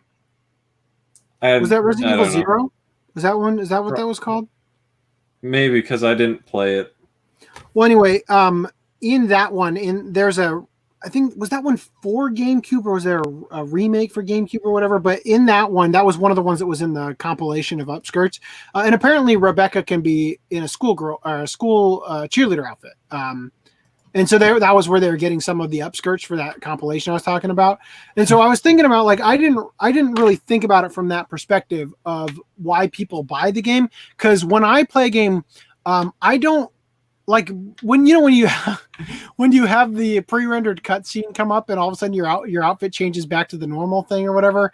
That's literally Persona 5 the whole time. Yeah. Well, anyway, the thing is that I don't like usually the alternate outfits. They're not better. The only game where I can think of off the top of my head, which is actually a Capcom game, Onimusha 4, has like the most badass fucking armor set that you can get after you beat it. That's legitimately better than the one you normally play as. So I would play that again with that outfit on just because it's way cooler. But like I don't want to play as the cheerleader. You know, like that's not appealing to me. But I guess maybe I'm just not the guy that writer was writing about that wants to see women struggling and getting eaten and shit. So in their varying degrees of different outfits. But the point I'm making is that are you saying, AC? Are you saying that you wouldn't 100% complete the original Resident Evil just to play as a huge wedge of tofu? No. Especially not now when I don't even have time to play the games I want to play. But the thing is that, so what I'm getting at is that in that compilation, I saw all of the upskirting of Ashley in Resident Evil 4, and there's like legitimately a mechanic in the game where she gets mad at Leon and calls him a pervert and stuff for doing those things. So what I'm saying is that if they did remake Resident Evil 4, that would be where Capcom would show their hand regarding whether or not they're doing a sensory revisionist thing, especially because you've also got Ada Wong, who's like supposed to be a sex bomb character too, right? Who's got like the split dress and all that shit. So it would be one of those things where you'd really like, that would be where they would show their hand, you know, if they did that. I think if they were going to do one, they should do the one with Rebecca, even though that one already has updated graphics. But then again, so did Resident Evil 1, had the remake for GameCube with better graphics. And they didn't do Resident Evil 1 though. They did 2, didn't they? I don't know. Maybe 1 would be a good one. 1 was remade. No, they did remake that, right? Yeah, that was the one where the camera was still fixed. Though, and right? Resident Evil 0. Okay. I don't know. I'm not even paying attention. I'm not even playing them. I like the lore. I like the movies. Not the Mila Jovovich ones, the CG movies. The CG movies. I've enjoyed those. Anyway, so continuing here, let's read about the rumor watch regarding Resident Evil 6. So they say Resident Evil 6 will piss off longtime fans, according to the leaker. Sorry, 8. Thank you. So didn't 7 already do that? What, piss off fans because it was first person? Well, just because it was like a major change from the normal type of games, right? Well, a lot of people actually really liked it because it was, quote, back to its roots. And then I'm like, what do you mean back to its roots? It was never this being scary instead of supernatural and jumping like I don't know fighting where Neo and the agents as got that idea. Because people liked Resident Evil 4 because they said it wasn't passing that threshold into action. Whatever that Resident Evil 5 was, but I still freaking loved Resident Evil 5. But still, Resident Evil 4, I wouldn't say is like explicitly like, oh, jump scare, horror, scare you. But, you know, anyway, it was still like an experience that a lot of people, horror fans, haven't had in a while, like a AAA horror game that you're like, holy crap, this is cool. Yeah, because it's an action really game first and foremost now, rather than a horror game, right? But that's part of the thing I was talking about before about the formula is that it's not like it becomes like, God, I talk about this shit all the time. They make it what they think the fans like rather than what fans also liked, or rather than the thing that you actually liked. You ask for the thing that you think you liked because the action scene was fun. But it's like, no, it's all the setup. It's all the stuff behind the scenes that led up to that burst in adrenaline you got afterward, you know, rather than just the quick time events. So also, Old Man said, which one is it where the main character punches a boulder? I think it's quick time event. That's Chris in Resident Evil 5, yeah. And then Versus C said, I played Resident Evil 4 10 times over on the Wii. It was fun aiming with the stick and slashing with it. I played it on PC where you aim with the arrow keys or whatever instead of the fucking mouse. I literally played it on PC because I thought I didn't like how in Resident Evil 4 you can't run and shoot at the same time, right? So I thought, well, at least I'm going to make it easy on myself and just play with the mouse where I can point and click. I can't do that. But it legitimately, it was actually weirdly a better aiming system on the keyboard. He also said Ada was hot as frick in Resident Evil 2 Remake. And Old Man said, I played Resident Evil 4 on the GameCube. That was January 2005. Can they go bigger / more retarded than a zombie dinosaur in Resident Evil 7? I haven't played Resident Evil 7 or 6. Is that the final one? I don't know. The more recent, but the thing about Resident Evil Operation Raccoon City, which was like a in between game. I really enjoyed it at the time because it was like the first Resident Evil that you could run and shoot. Problem is the mechanics were way better in Resident Evil 6, so it got kind of undershadowed. But the thing is, the biggest enemy that you face in that game was Nemesis, I think. And it's like, I mean, he's big and all, but like you just fight him once. And then Resident Evil 5 had so many huge enemies that were exciting to kill. Okay, yeah. Versus, I meant Resident Evil 6 with the dinosaur. So have I talked to you guys about Resident Evil Outbreak for PlayStation 2? Regarding fun games? Nope. So Resident Evil Outbreak, I just want to get this out so I can establish the lore of the channel with it. Resident Evil Outbreak was a weird game, like a side game in the Resident Evil franchise. It's not that good, and it's really weird because you play as a bunch of different characters. And there's a part in it that blew my mind. It just totally threw me off, where you're running like normal, and it's got the normal like video gamey running animation where it's like your feet are just sliding across the floor, and then you get to the stairs and you go, and it's so bizarre because you go from in running to standing like a little hop, and I thought it was the most bizarre. It broke my mind watching that animation switch happen, and then as I was playing, I realized that is legitimately how you run downstairs. Every game I played up to this point just uses the normal running animation and has you slide up and down the stairs, which is completely ridiculous to how people actually would behave. We just lost FDDNM in that environment. But yeah, anyway, so that game, like, that pushed realism in a way that was bizarre to see because you don't expect to see it in a game. But that game is so fucking hard. And all I want to do is solve one of the stupid quests, but I always die. I never got through it. Let's see what Resident Evil 8 leaks have had, though. So I'm going to skip over all this and just see what this says. Oh, what the hell? I'll tease a bit more about this 2021 Resident Evil game and then not talk deeper about it until a bit after Resident Evil 3 is out. The 2021 Resident Evil game started development in late 2016. By the time it releases, it'll have been in development for 4 to 4.5 years. Been in dev at the moment. For about, they're separating this because it's multiple tweets, for about 3 to 3.5 years. Its development is very similar to the original Resident Evil 3, not the remake, but I won't expand on what I mean by that until later. The announcement for it will be really soon, and it's by far the biggest departure the series has ever taken. To the point, I expect a lot of people will be pissed off about it when it gets revealed, but they should be open-minded. Internal testing and the like show it's high-quality game, and I'm quite excited for it.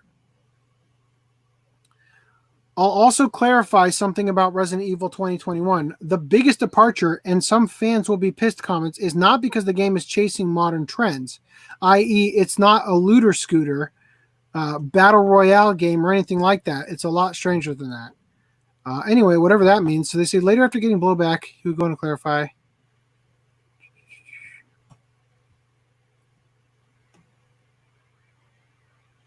Anyway, I don't know. We'll see. We'll have to see where it goes.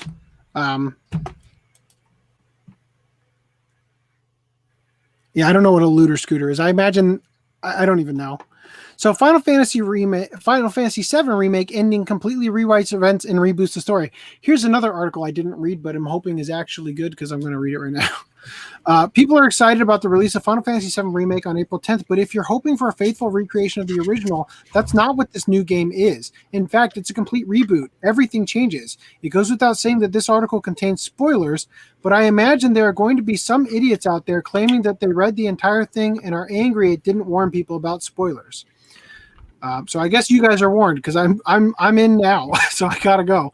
In any case, Final Fantasy VII Remake released early in Europe and Australia for retailers due to the coronavirus. Instead of risking further manufacturing disruption due to the quarantines, they decided to put the game out early in other regions, which resulted in people live streaming it and uploading content to YouTube. The cinematic leading up to the ending scene and just before the big fight with Sephiroth was uploaded to a dummy account. Is available for viewing below. So, but this has to be the ending to part 1 of the whole game. So Old Man says looter scooter like Borderlands is what they meant. I don't even know what that is. I know Borderlands like what it is, but I have never played it, so I can't imagine what that is. The video showcases what what should have happened in Crisis Core, but how the timeline is altered, which then leads to a fight involving Cloud, Aerith, and the others taking on Sephiroth. User Leon Evelake posted up nearly 10 minutes of the ending sequence following the events from the video above, recorded off screen so you know it's not fake, also to try to get away from the copyright flag, which apparently they couldn't. And there are a lot of changes to the game. You can watch it below before it gets got. Yeah, I already got it. And then they uploaded it themselves just in case. When Square does finally strike the video down, you can check out the backup we just put here. Okay. For 5 years, Square Enix said they were remaking Final Fantasy VII. They said it was expanded but faithful, that it was locked in step with the original, and that they didn't add a subtitle because they didn't want to give the impression that it was a spin-off or sequel. The users who watched it were none too pleased with how much of a divergence the ending of the remake is from the original, especially given all the changes that were made. This was reflected in the user rating on the video in the comment section. I mean, I don't know about that. When you say it changes the story massively, and that could be like a dislike, like, no, it's better. Who knows? Anyway, also with the 8,000 views it got, that's kind of a low threshold of stuff. If you think it's just the ending scene change involving Cloud and Sephiroth battling, similar to the showdown in Final Fantasy VII Advent Children, you're quite wrong. There are a host of other things. So there are a host of other changes, including what looks like a possible alternate story development involving Zack and Aerith. Based on the video, it appears as if Zack may survive in the alternate timeline because the team defeated what are known as Whispers of Fate, which tried to maintain dimensional balance, almost like the Watchers from the Marvel Universe. But with the Whispers defeated, the timeline was altered, and it means the story is tossed up in the air. There's an outline of all the major story-related changes that takes place completed. Okay, so we'll just read this. The events of Final Fantasy VII and Advent Children have already happened in another timeline. The ghost things are Whispers of Fate that try to keep the characters in the line with the original game. Biggs and Wedge live, Jesse unsure. After the highway chase, Cloud and company fight the Whispers of Fate and beat them, making it so they're no longer bound by the original Final Fantasy VII storyline. During the battle, the party is shown the clip of an old Nanaki with his cubs running towards the destroyed Midgar. Red 13 guesses it's a vision of the future that awaits them if they fail. Sephiroth shows up after beating them. Fight is basically Advent Children tier of anime bullshit with Aerith and Today joining in. Who's Today? Sephiroth gets a black wing mid-fight because of course he fucking does. While this happens, we flash back to Zack surviving his last stand in an alternate timeline. After beating Sephiroth, he teleports Cloud to the edge of creation and asks for his help in defying destiny together. He refuses to fight, similar to their final Omni/duel ensues. He refuses and fight similar to... Okay, great job phrasing that. The party escapes Midgar. We continue Zack's scene with him walking to Midgar with a comatose Cloud holding on to him. Remake Aerith and Alt Zack sense each other, fade to black. So again, they're saying that that's the plot of Crisis Core, isn't it? That's what they said earlier, where Crisis Core being what was supposed to be included on Advent Children. I don't know if it actually ever got over here on the Blu-ray. It's an anime of Final Fantasy VII. Now I'm sure they're going to see some people yelling out that this is fake news or that Square never promised that this was a remake or any number of excuses, but the game is titled Final Fantasy VII Remake, and most people are under the impression that this was supposed to be a faithful remake of the original, just with better visuals and improved sound. I mean, I would argue that it was a reimagining because it had what do you call it?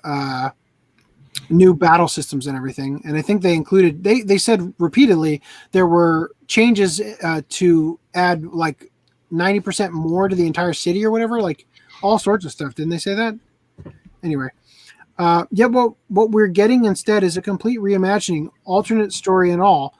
This now puts into perspective what Tetsuya Nomura was warning people. Why Tetsuya Nomura was warning people not to spoil the game, because this isn't really the Final Fantasy VII you grew up knowing and loving. This is a completely different game, aside from the ethics department and censorship nonsense.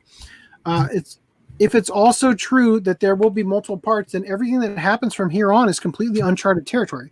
So you're saying that they've got the entire game in the beginning, in the part 1, and that they're going to have like a continuation coming out? That's kind of a big news. Yeah. What Square should have done is named it Final Fantasy VII Spiritus Novalis or something. This way people would have known that it wasn't a direct remake, but an alternate timeline. It's sad these days that gamers expect that when they purchase remakes, that they're getting actual remakes just with better visuals, quality of life improvements, and updated graphic mechanics, but instead they're getting completely different games posed as the. So I would say that in almost every instance where there was a remake before, like Resident Evil 2 remake, you were actually getting a shittier game. Fucking HD remake of Silent Hill 2 is complete ass. The textures for the characters' teeth load over their eyes in some scenes, right? There's just absolute ass. I agree with that very last paragraph, though. Not the whole parts of this game, but if you say an update to the game, get the exact same game, that just update the graphics and stuff. That's all I'm asking. But it's not called Final Fantasy VII HD remake though. It's called Final Fantasy VII remake. I don't know. Yeah. It is kind of weird. I'm not saying it's not weird, but they weren't really clear on this because I haven't played Final Fantasy VII all the way through. I played it on the iPad when it came out because I just didn't have it as a kid. But but anyway, it's just I don't know. I don't know what to think about this because I'm not deep into the lore enough, I guess. All right. Anyway, Kojima plans to make a horror game he wants you to crap your pants. This is kind of just him elaborating on stuff that he wants to do. We've already kind of talked about it. PS5 reportedly having hardware performance issues. The real issue is that according to the rumors, the PS5 doesn't have any games worth showing off, and they'll either have to delay the device another 6 to 12 months or risk overheating issues if they launch it this holiday season. So basically, everything that they have to test on it isn't actually pushing it that hard. So they are worried that when something's actually trying to use the full capacity of the console, that it's actually going to fry constantly. Here's my advice. Don't pull an Xbox. Push it back. Well, actually, they're claiming that the Xbox One X or whatever it's called actually has some pretty solid specs, but I don't know. That's probably never going to get back in the console. True, but back when the original then Xbox One came out, I didn't pay attention to the third one. Okay. On the holiday season, you kept getting news reports of overheating, houses catching on fire because of that system. I don't know. I blocked out Xbox. Okay, so just a quick headline read. Japan bill limits kids to 1 hour of gaming a day, 90 minutes on weekend. So the reason I'm bringing this up, now look, this is just a bill. It's being introduced. I don't know if it's going to go through. I doubt it. I don't know. But if this kind of stuff happens, the landscape of Japanese gaming is going to drastically change, So that's going to obviously affect things, how they come over here. So, yeah. Anyway. All right, quick. I got urgent emergent pickups I just picked up. All right, first we have Nana live action. Oop. Spin the pinky around. Next we have Nana 2 live action. Spin the banana around. Then up next, this looks a little different, but I finally got it, AC. Finally got it. I got Detroit Rock City. Spin that around. Okay. This looks very different from what we watched. Yeah, because we watched Detroit Metal City. I like that movie. All right, back to the forecast there, AC. How's the weather looking like? So, Danny sent me this. It says here, an interesting update for those interested. There's a reason why Anime Limited is taking a lot longer than usual to get Full Metal Panic and Visible Victory released in the UK. They're going to present the audio drama on disc with subtitles compared to Funimation's method of choice, raw disc, meaning no subtitles, and a booklet for the translation. I mean, Funimation, come on. Why would you even do that? I mean, let alone just go ahead and dub it, right? If you got all the voice actors anyway, just fucking dub it, right?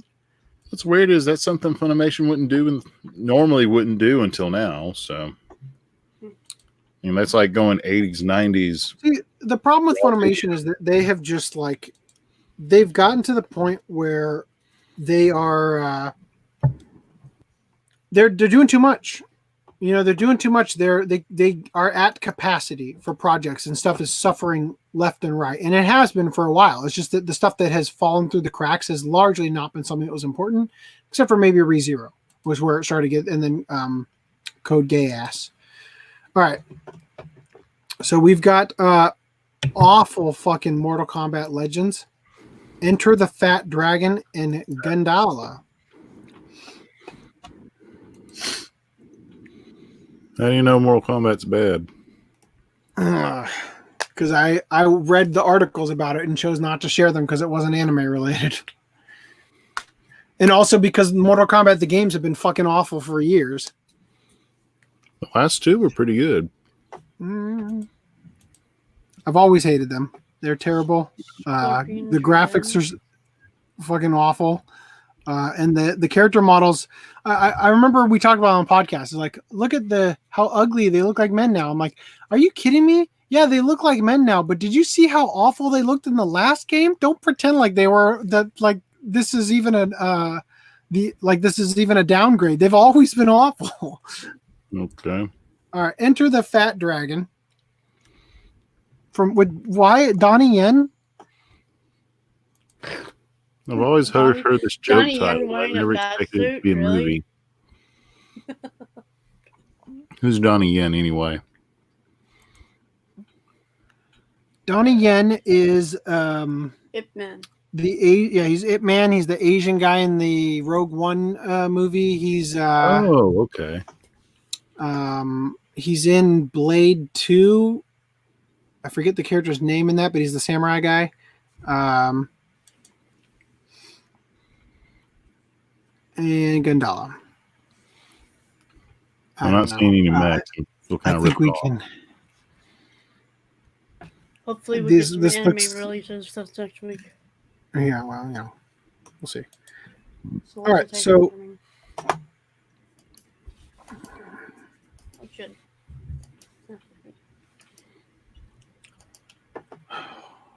Dang it, FDM's not back. No, he just die. Hey, he's Canadian. Well, he's Canadian. What do you expect? Him to be here. All right. Genius shows how to turn your car into an anime art Itasha for free.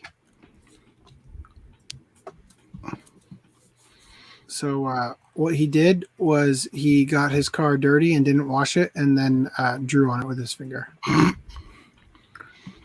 Which I would show you if it would load.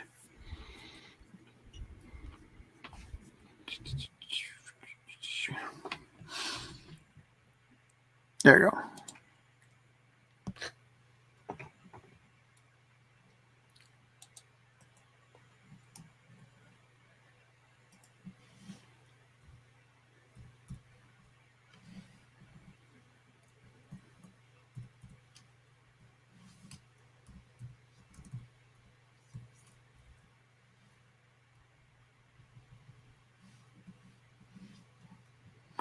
Sure is going fast, this internet. I don't think we need to see it.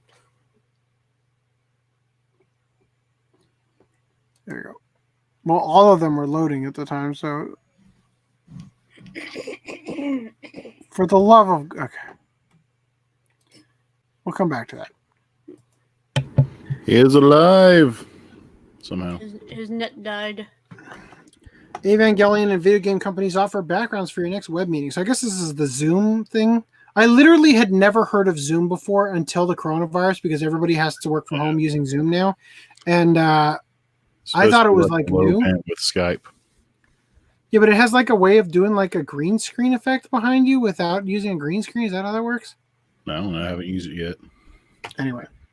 So that's the thing. Because I know the Microsoft Edge or whatever has the new Microsoft one has a blur function to blur the background. I'm sure it can't possibly look as good as it does in the demo though. Whiz by Coco Ichibanya in Japan and pick up some Evangelion scooters. All right. But that doesn't look like a Vespa at all. It said scooter.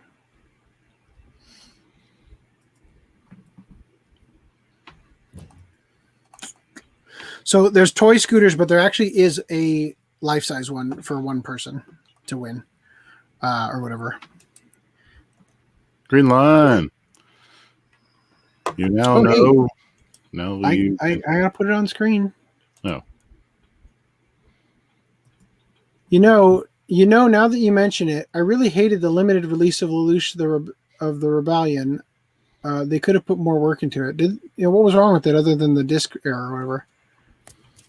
Zoom sends data to China. Well, what? Who doesn't? Oh boy. Apple has all their servers for the iCloud over there. So here's what he did with his. This is like the most Japanese car ever in terms of like how tiny it is for the road. Looks like a European car, actually. Yeah. All right. This car looks like you could have like a swivel in it that would turn it around, and then the back just becomes the front. You can get away. Yeah. All right. Closing it. Come on. There we go. Laid back camp sandwich maker adorns your lunch with a cute Rin face. Uh-oh. There you go. Funny. Kirby wedding rings let you combine powers with the love of your life. Like, oh my gosh. I have seen a lot of crap on this podcast that I can't believe someone would buy. But how much do you think they've got to make at least 10 of these, right? They have to make at least 10 of these for them to have it be worth it. But are you going to sell like a multi-$1,000 ring of Kirby? You'd be one big fan of Kirby to want to drop that for something like that. Kirby is the one. So, back to you. Corona Beam of Death, Godzilla Magic card to be altered due to the coronavirus pandemic. So get on that eBay.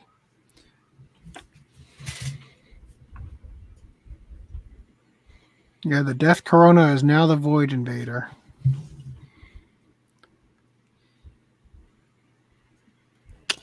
Anyway. Because people can't handle things that are scary. Also, Kanamori's kicking backpack from Azaken can now be yours. Oh, wow. Sweet. That's wild. That's something that you cannot get on Stealth Weave. Stealth Weave. Yeah. So I saw this. In Japan, they have business card holders. There's like a thing about actually having people's business cards and taking care of them and stuff is kind of like a cultural thing. So they invented this steampunk one. It has a latch. So you pop the latch and then you slide it and it opens and closes. Anyways, it's kind of neat. All right. That doesn't sound like something you just put in your pocket. It has a clip for putting it on your belt or something. Yeah. Japanese living doll model. So the Japanese living doll model Matt stars in commercial alongside the actual doll family of the Fukons. Hey, now, what I don't get, it's so bizarre because in the actual commercial, all of the characters from the Fukons are the normal characters, and then this guy is like he's trying to like be like them because they're like the mom's always like, and like they have all the different, the dad's like, and they're doing all these weird poses, but they're just perfectly still. And then this guy's like showing up and he's like, and he's moving like an absurd, like I'm looking at myself thinking like I'm going to move as much as him. No, I'm perfectly still compared to this guy, and he's just moving so slightly. It's like, guys, just use a still frame. Like, why didn't you use a still frame in the video? It's funny because in the show, like Mikey will rock back and forth, like when they're on the swing and stuff, like there's somebody clearly off camera, like, trying to move him. Anyway. But yeah, this guy's getting work, and apparently the Fukons is still a thing, even though we only got so much of it over here. I'm surprised they dubbed that whole thing. One season. Well, we're not missing. What didn't get dubbed over here was the stuff that was on because this originated on Vermilion Pleasure Nights, which is basically the Japan, like Saturday Night Live type thing. Yeah, that's where the show originated, and then it did a spin-off series. We didn't get all of it dubbed, unfortunately, but we got a lot of it. We got more of it than I would have ever expected. Yeah. I'll be real. It was produced by Japanese MTV. Last I looked it up. So a Japanese man comes up with an ingenious and slightly creepy way to take a nap during meetings by 3D printing his own face. Ooh, there we go. Yes. They'll never suspect me in disguise as and apparently I opened this twice. That's all right. Twice as nice. One of those is probably supposed to be something else, but who cares? A burglar forces an old woman to feed him and gives her masks in return. I don't even want to read these. I'll be honest with you. They're not even that good. I was considering not covering them at all. 15-year-old boy kills grandmother for attending his graduation. I'll read this one's very short. A 15-year-old boy heartlessly murdered his own grandmother after she committed the despicable deed of attending his graduation, bound to have many wondering the child's inevitable fate. Police explained that the boy contacted authorities saying his grandmother was, quote, becoming cold in her bedroom. That's such a weird thing to say. Hey, my grandma's getting cold in her bedroom. Like, not Gam's getting cold, like in her bedroom, she's getting cold. The 76-year-old woman was living with a 15-year-old boy in their Osaka residence, with the boy apparently having a strong dislike of the fact. When the fire department rushed to their location, the old woman had collapsed and she was confirmed dead upon arrival to the hospital. The boy was arrested on suspicion of assaulting his grandmother and was escorted to a family court for dealing bodily injury resulting in death. Admitting to the charges against him, the young murderer cited that he did not want his grandmother at his school graduation ceremony, and since she disobeyed his request and came anyway, he said that he, quote, became angry. All right. I'm going to skip this one too. We can talk about it next podcast if you want, but it wasn't that interesting. And then this is only in here to remind me, because I totally would have forgotten to talk about our Watch Club proposal. Nick Kramer.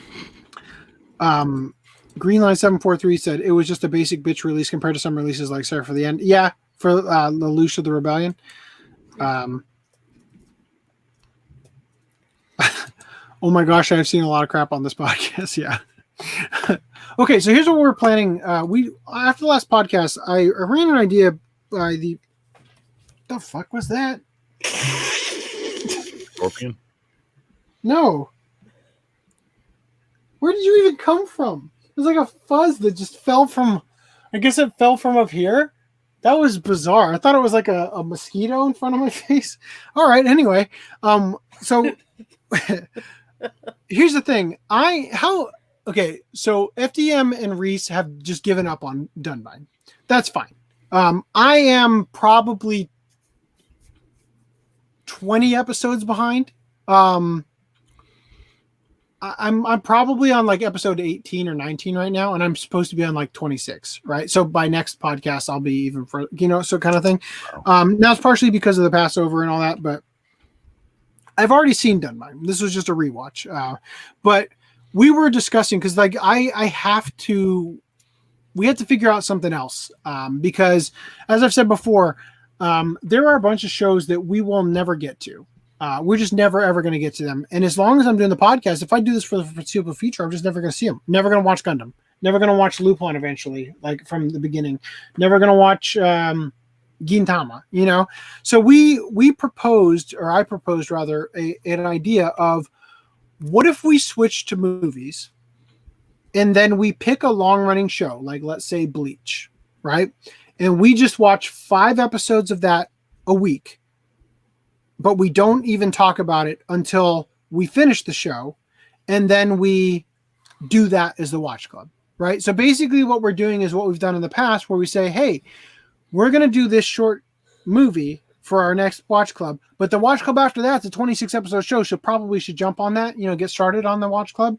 So that's basically what we're doing. That was the proposal.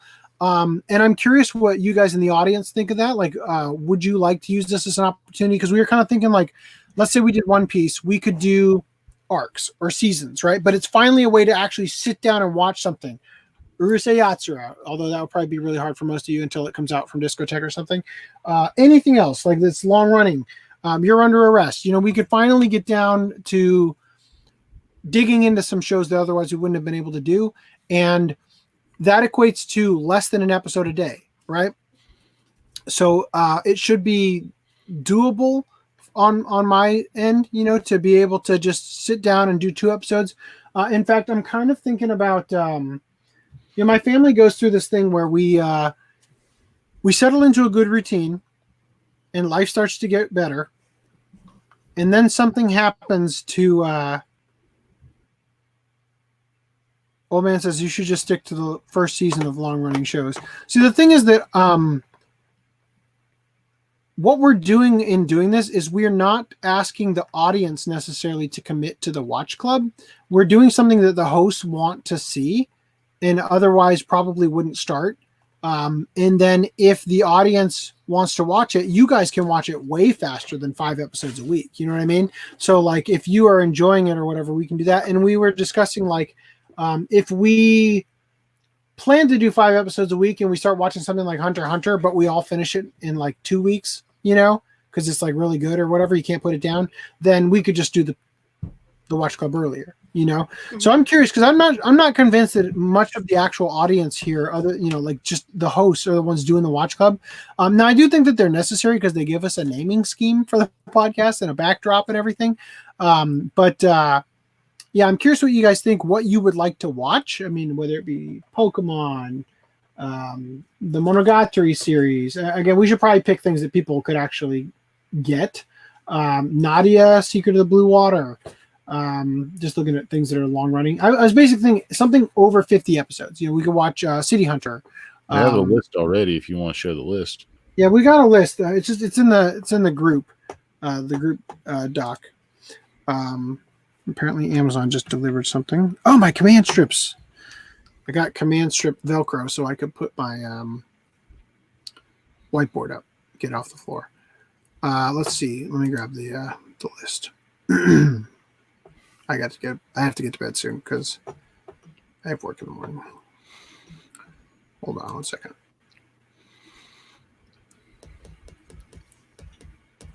This is going so fast. It's just such a great internet connection right now. Anyway, I'm curious, audience guys, do you actually like the watch club? How often do you participate, or is it just something we kind of do for ourselves that is holding the structure of the podcast together?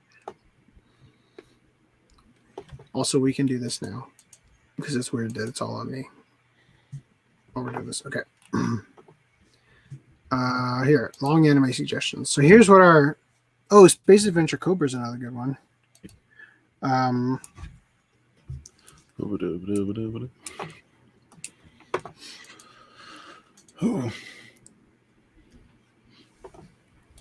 I can't hit it. Oh, you added something on lately.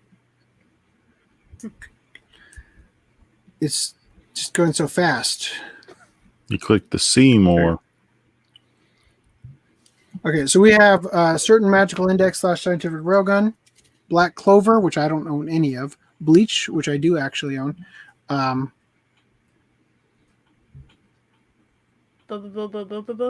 Yeah, I'm just wondering why Augie said all the time for the watch club. Cat's Eye, City Hunter, Digimon, Fist of the North Star. I think that would be a good one to watch. Fushigi, by the way, I was trying to finish that thought. I settle into these routines with my family where everything starts going well. Like we start having a much better dynamic. Kids are getting to bed on time, right? We get our routines done. And then something happens that fucks it up completely. And we like scramble and are like running around chickens with their head cut off for like months or weeks. And then we settle into a new routine and things start to settle back down, right? So we were watching Case Closed with my son. And that was like, he looked forward to it. We watched 2 episodes a night. he'd go to bed. He'd actually get to bed, and so I'm looking for something ideally where we could do that again. That would be my request. We don't have to. It's not going to be the end of the world if it's something else, I actually want to know what you guys think about Space Brothers. I know that it's not in English, but I can read the subtitles out loud to my kids while we watch it.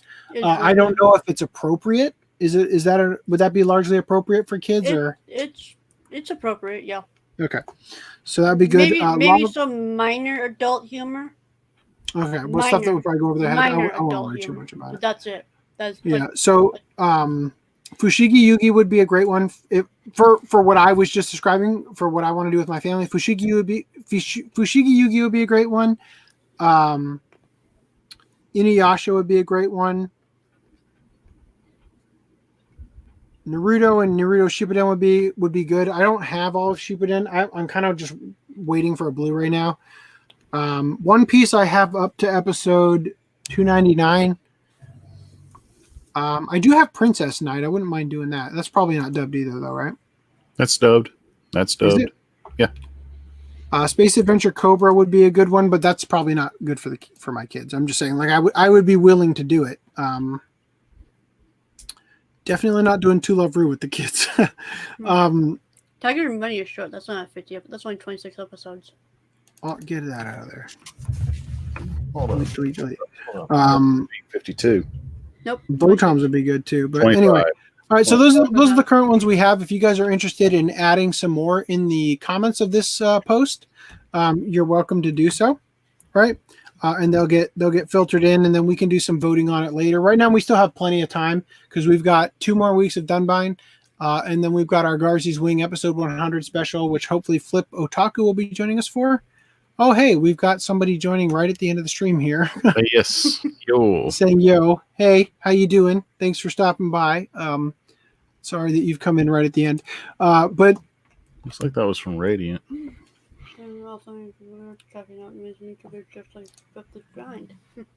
He says he's also an anime YouTuber checking out amazing anime YouTubers just like this to keep grinding. Okay. Yeah, well, appreciate it. We do this weekly, if you can believe it. These super long podcasts. Anyway, so yeah, that's basically it. That's all I wanted to sort of update you guys on. I'm still going to finish Dunbine. And like I said, I wasn't able to get the Broly video out because I literally have not touched Premiere pretty much in like whatever it's been, like 10 days. But I should be able to jump back into that. I've told my wife, I don't care what you want me to do next week. I'm not doing it. I'm finishing the stupid fucking video so I can get my laptop into repair before the coronavirus stops them from repairing it. But anyway, all right. Well, I'll check you out, Ace. But right now I'm going to go to bed because I got work in the morning. Anyway, thank you guys for stopping by, and we will catch you next time. See you later, guys. I almost left the studio without ending the broadcast. Oh, another. I enjoy it from time to time regarding the Watch Club. I enjoy it more when it's a show I've seen. If not, I'll tune out or I'll think about buying it. Okay. Yeah, that's what I figured. I figured that when it comes to the Watch Club, people are probably more likely to tune in to hear what we have to say when they've already seen it. Right? Yes, yes, 4 hours is short for this podcast, but but that's also because we are not doing the Watch Club for Dunbine until we finish it. So so that's partially why it's short, because this could go for another hour if we were actually discussing that. Anyway, thank you guys again, and we'll catch you next time. Remember to like, subscribe, and share it with your friends. Take it easy. Ring that bell. Bye. Yes.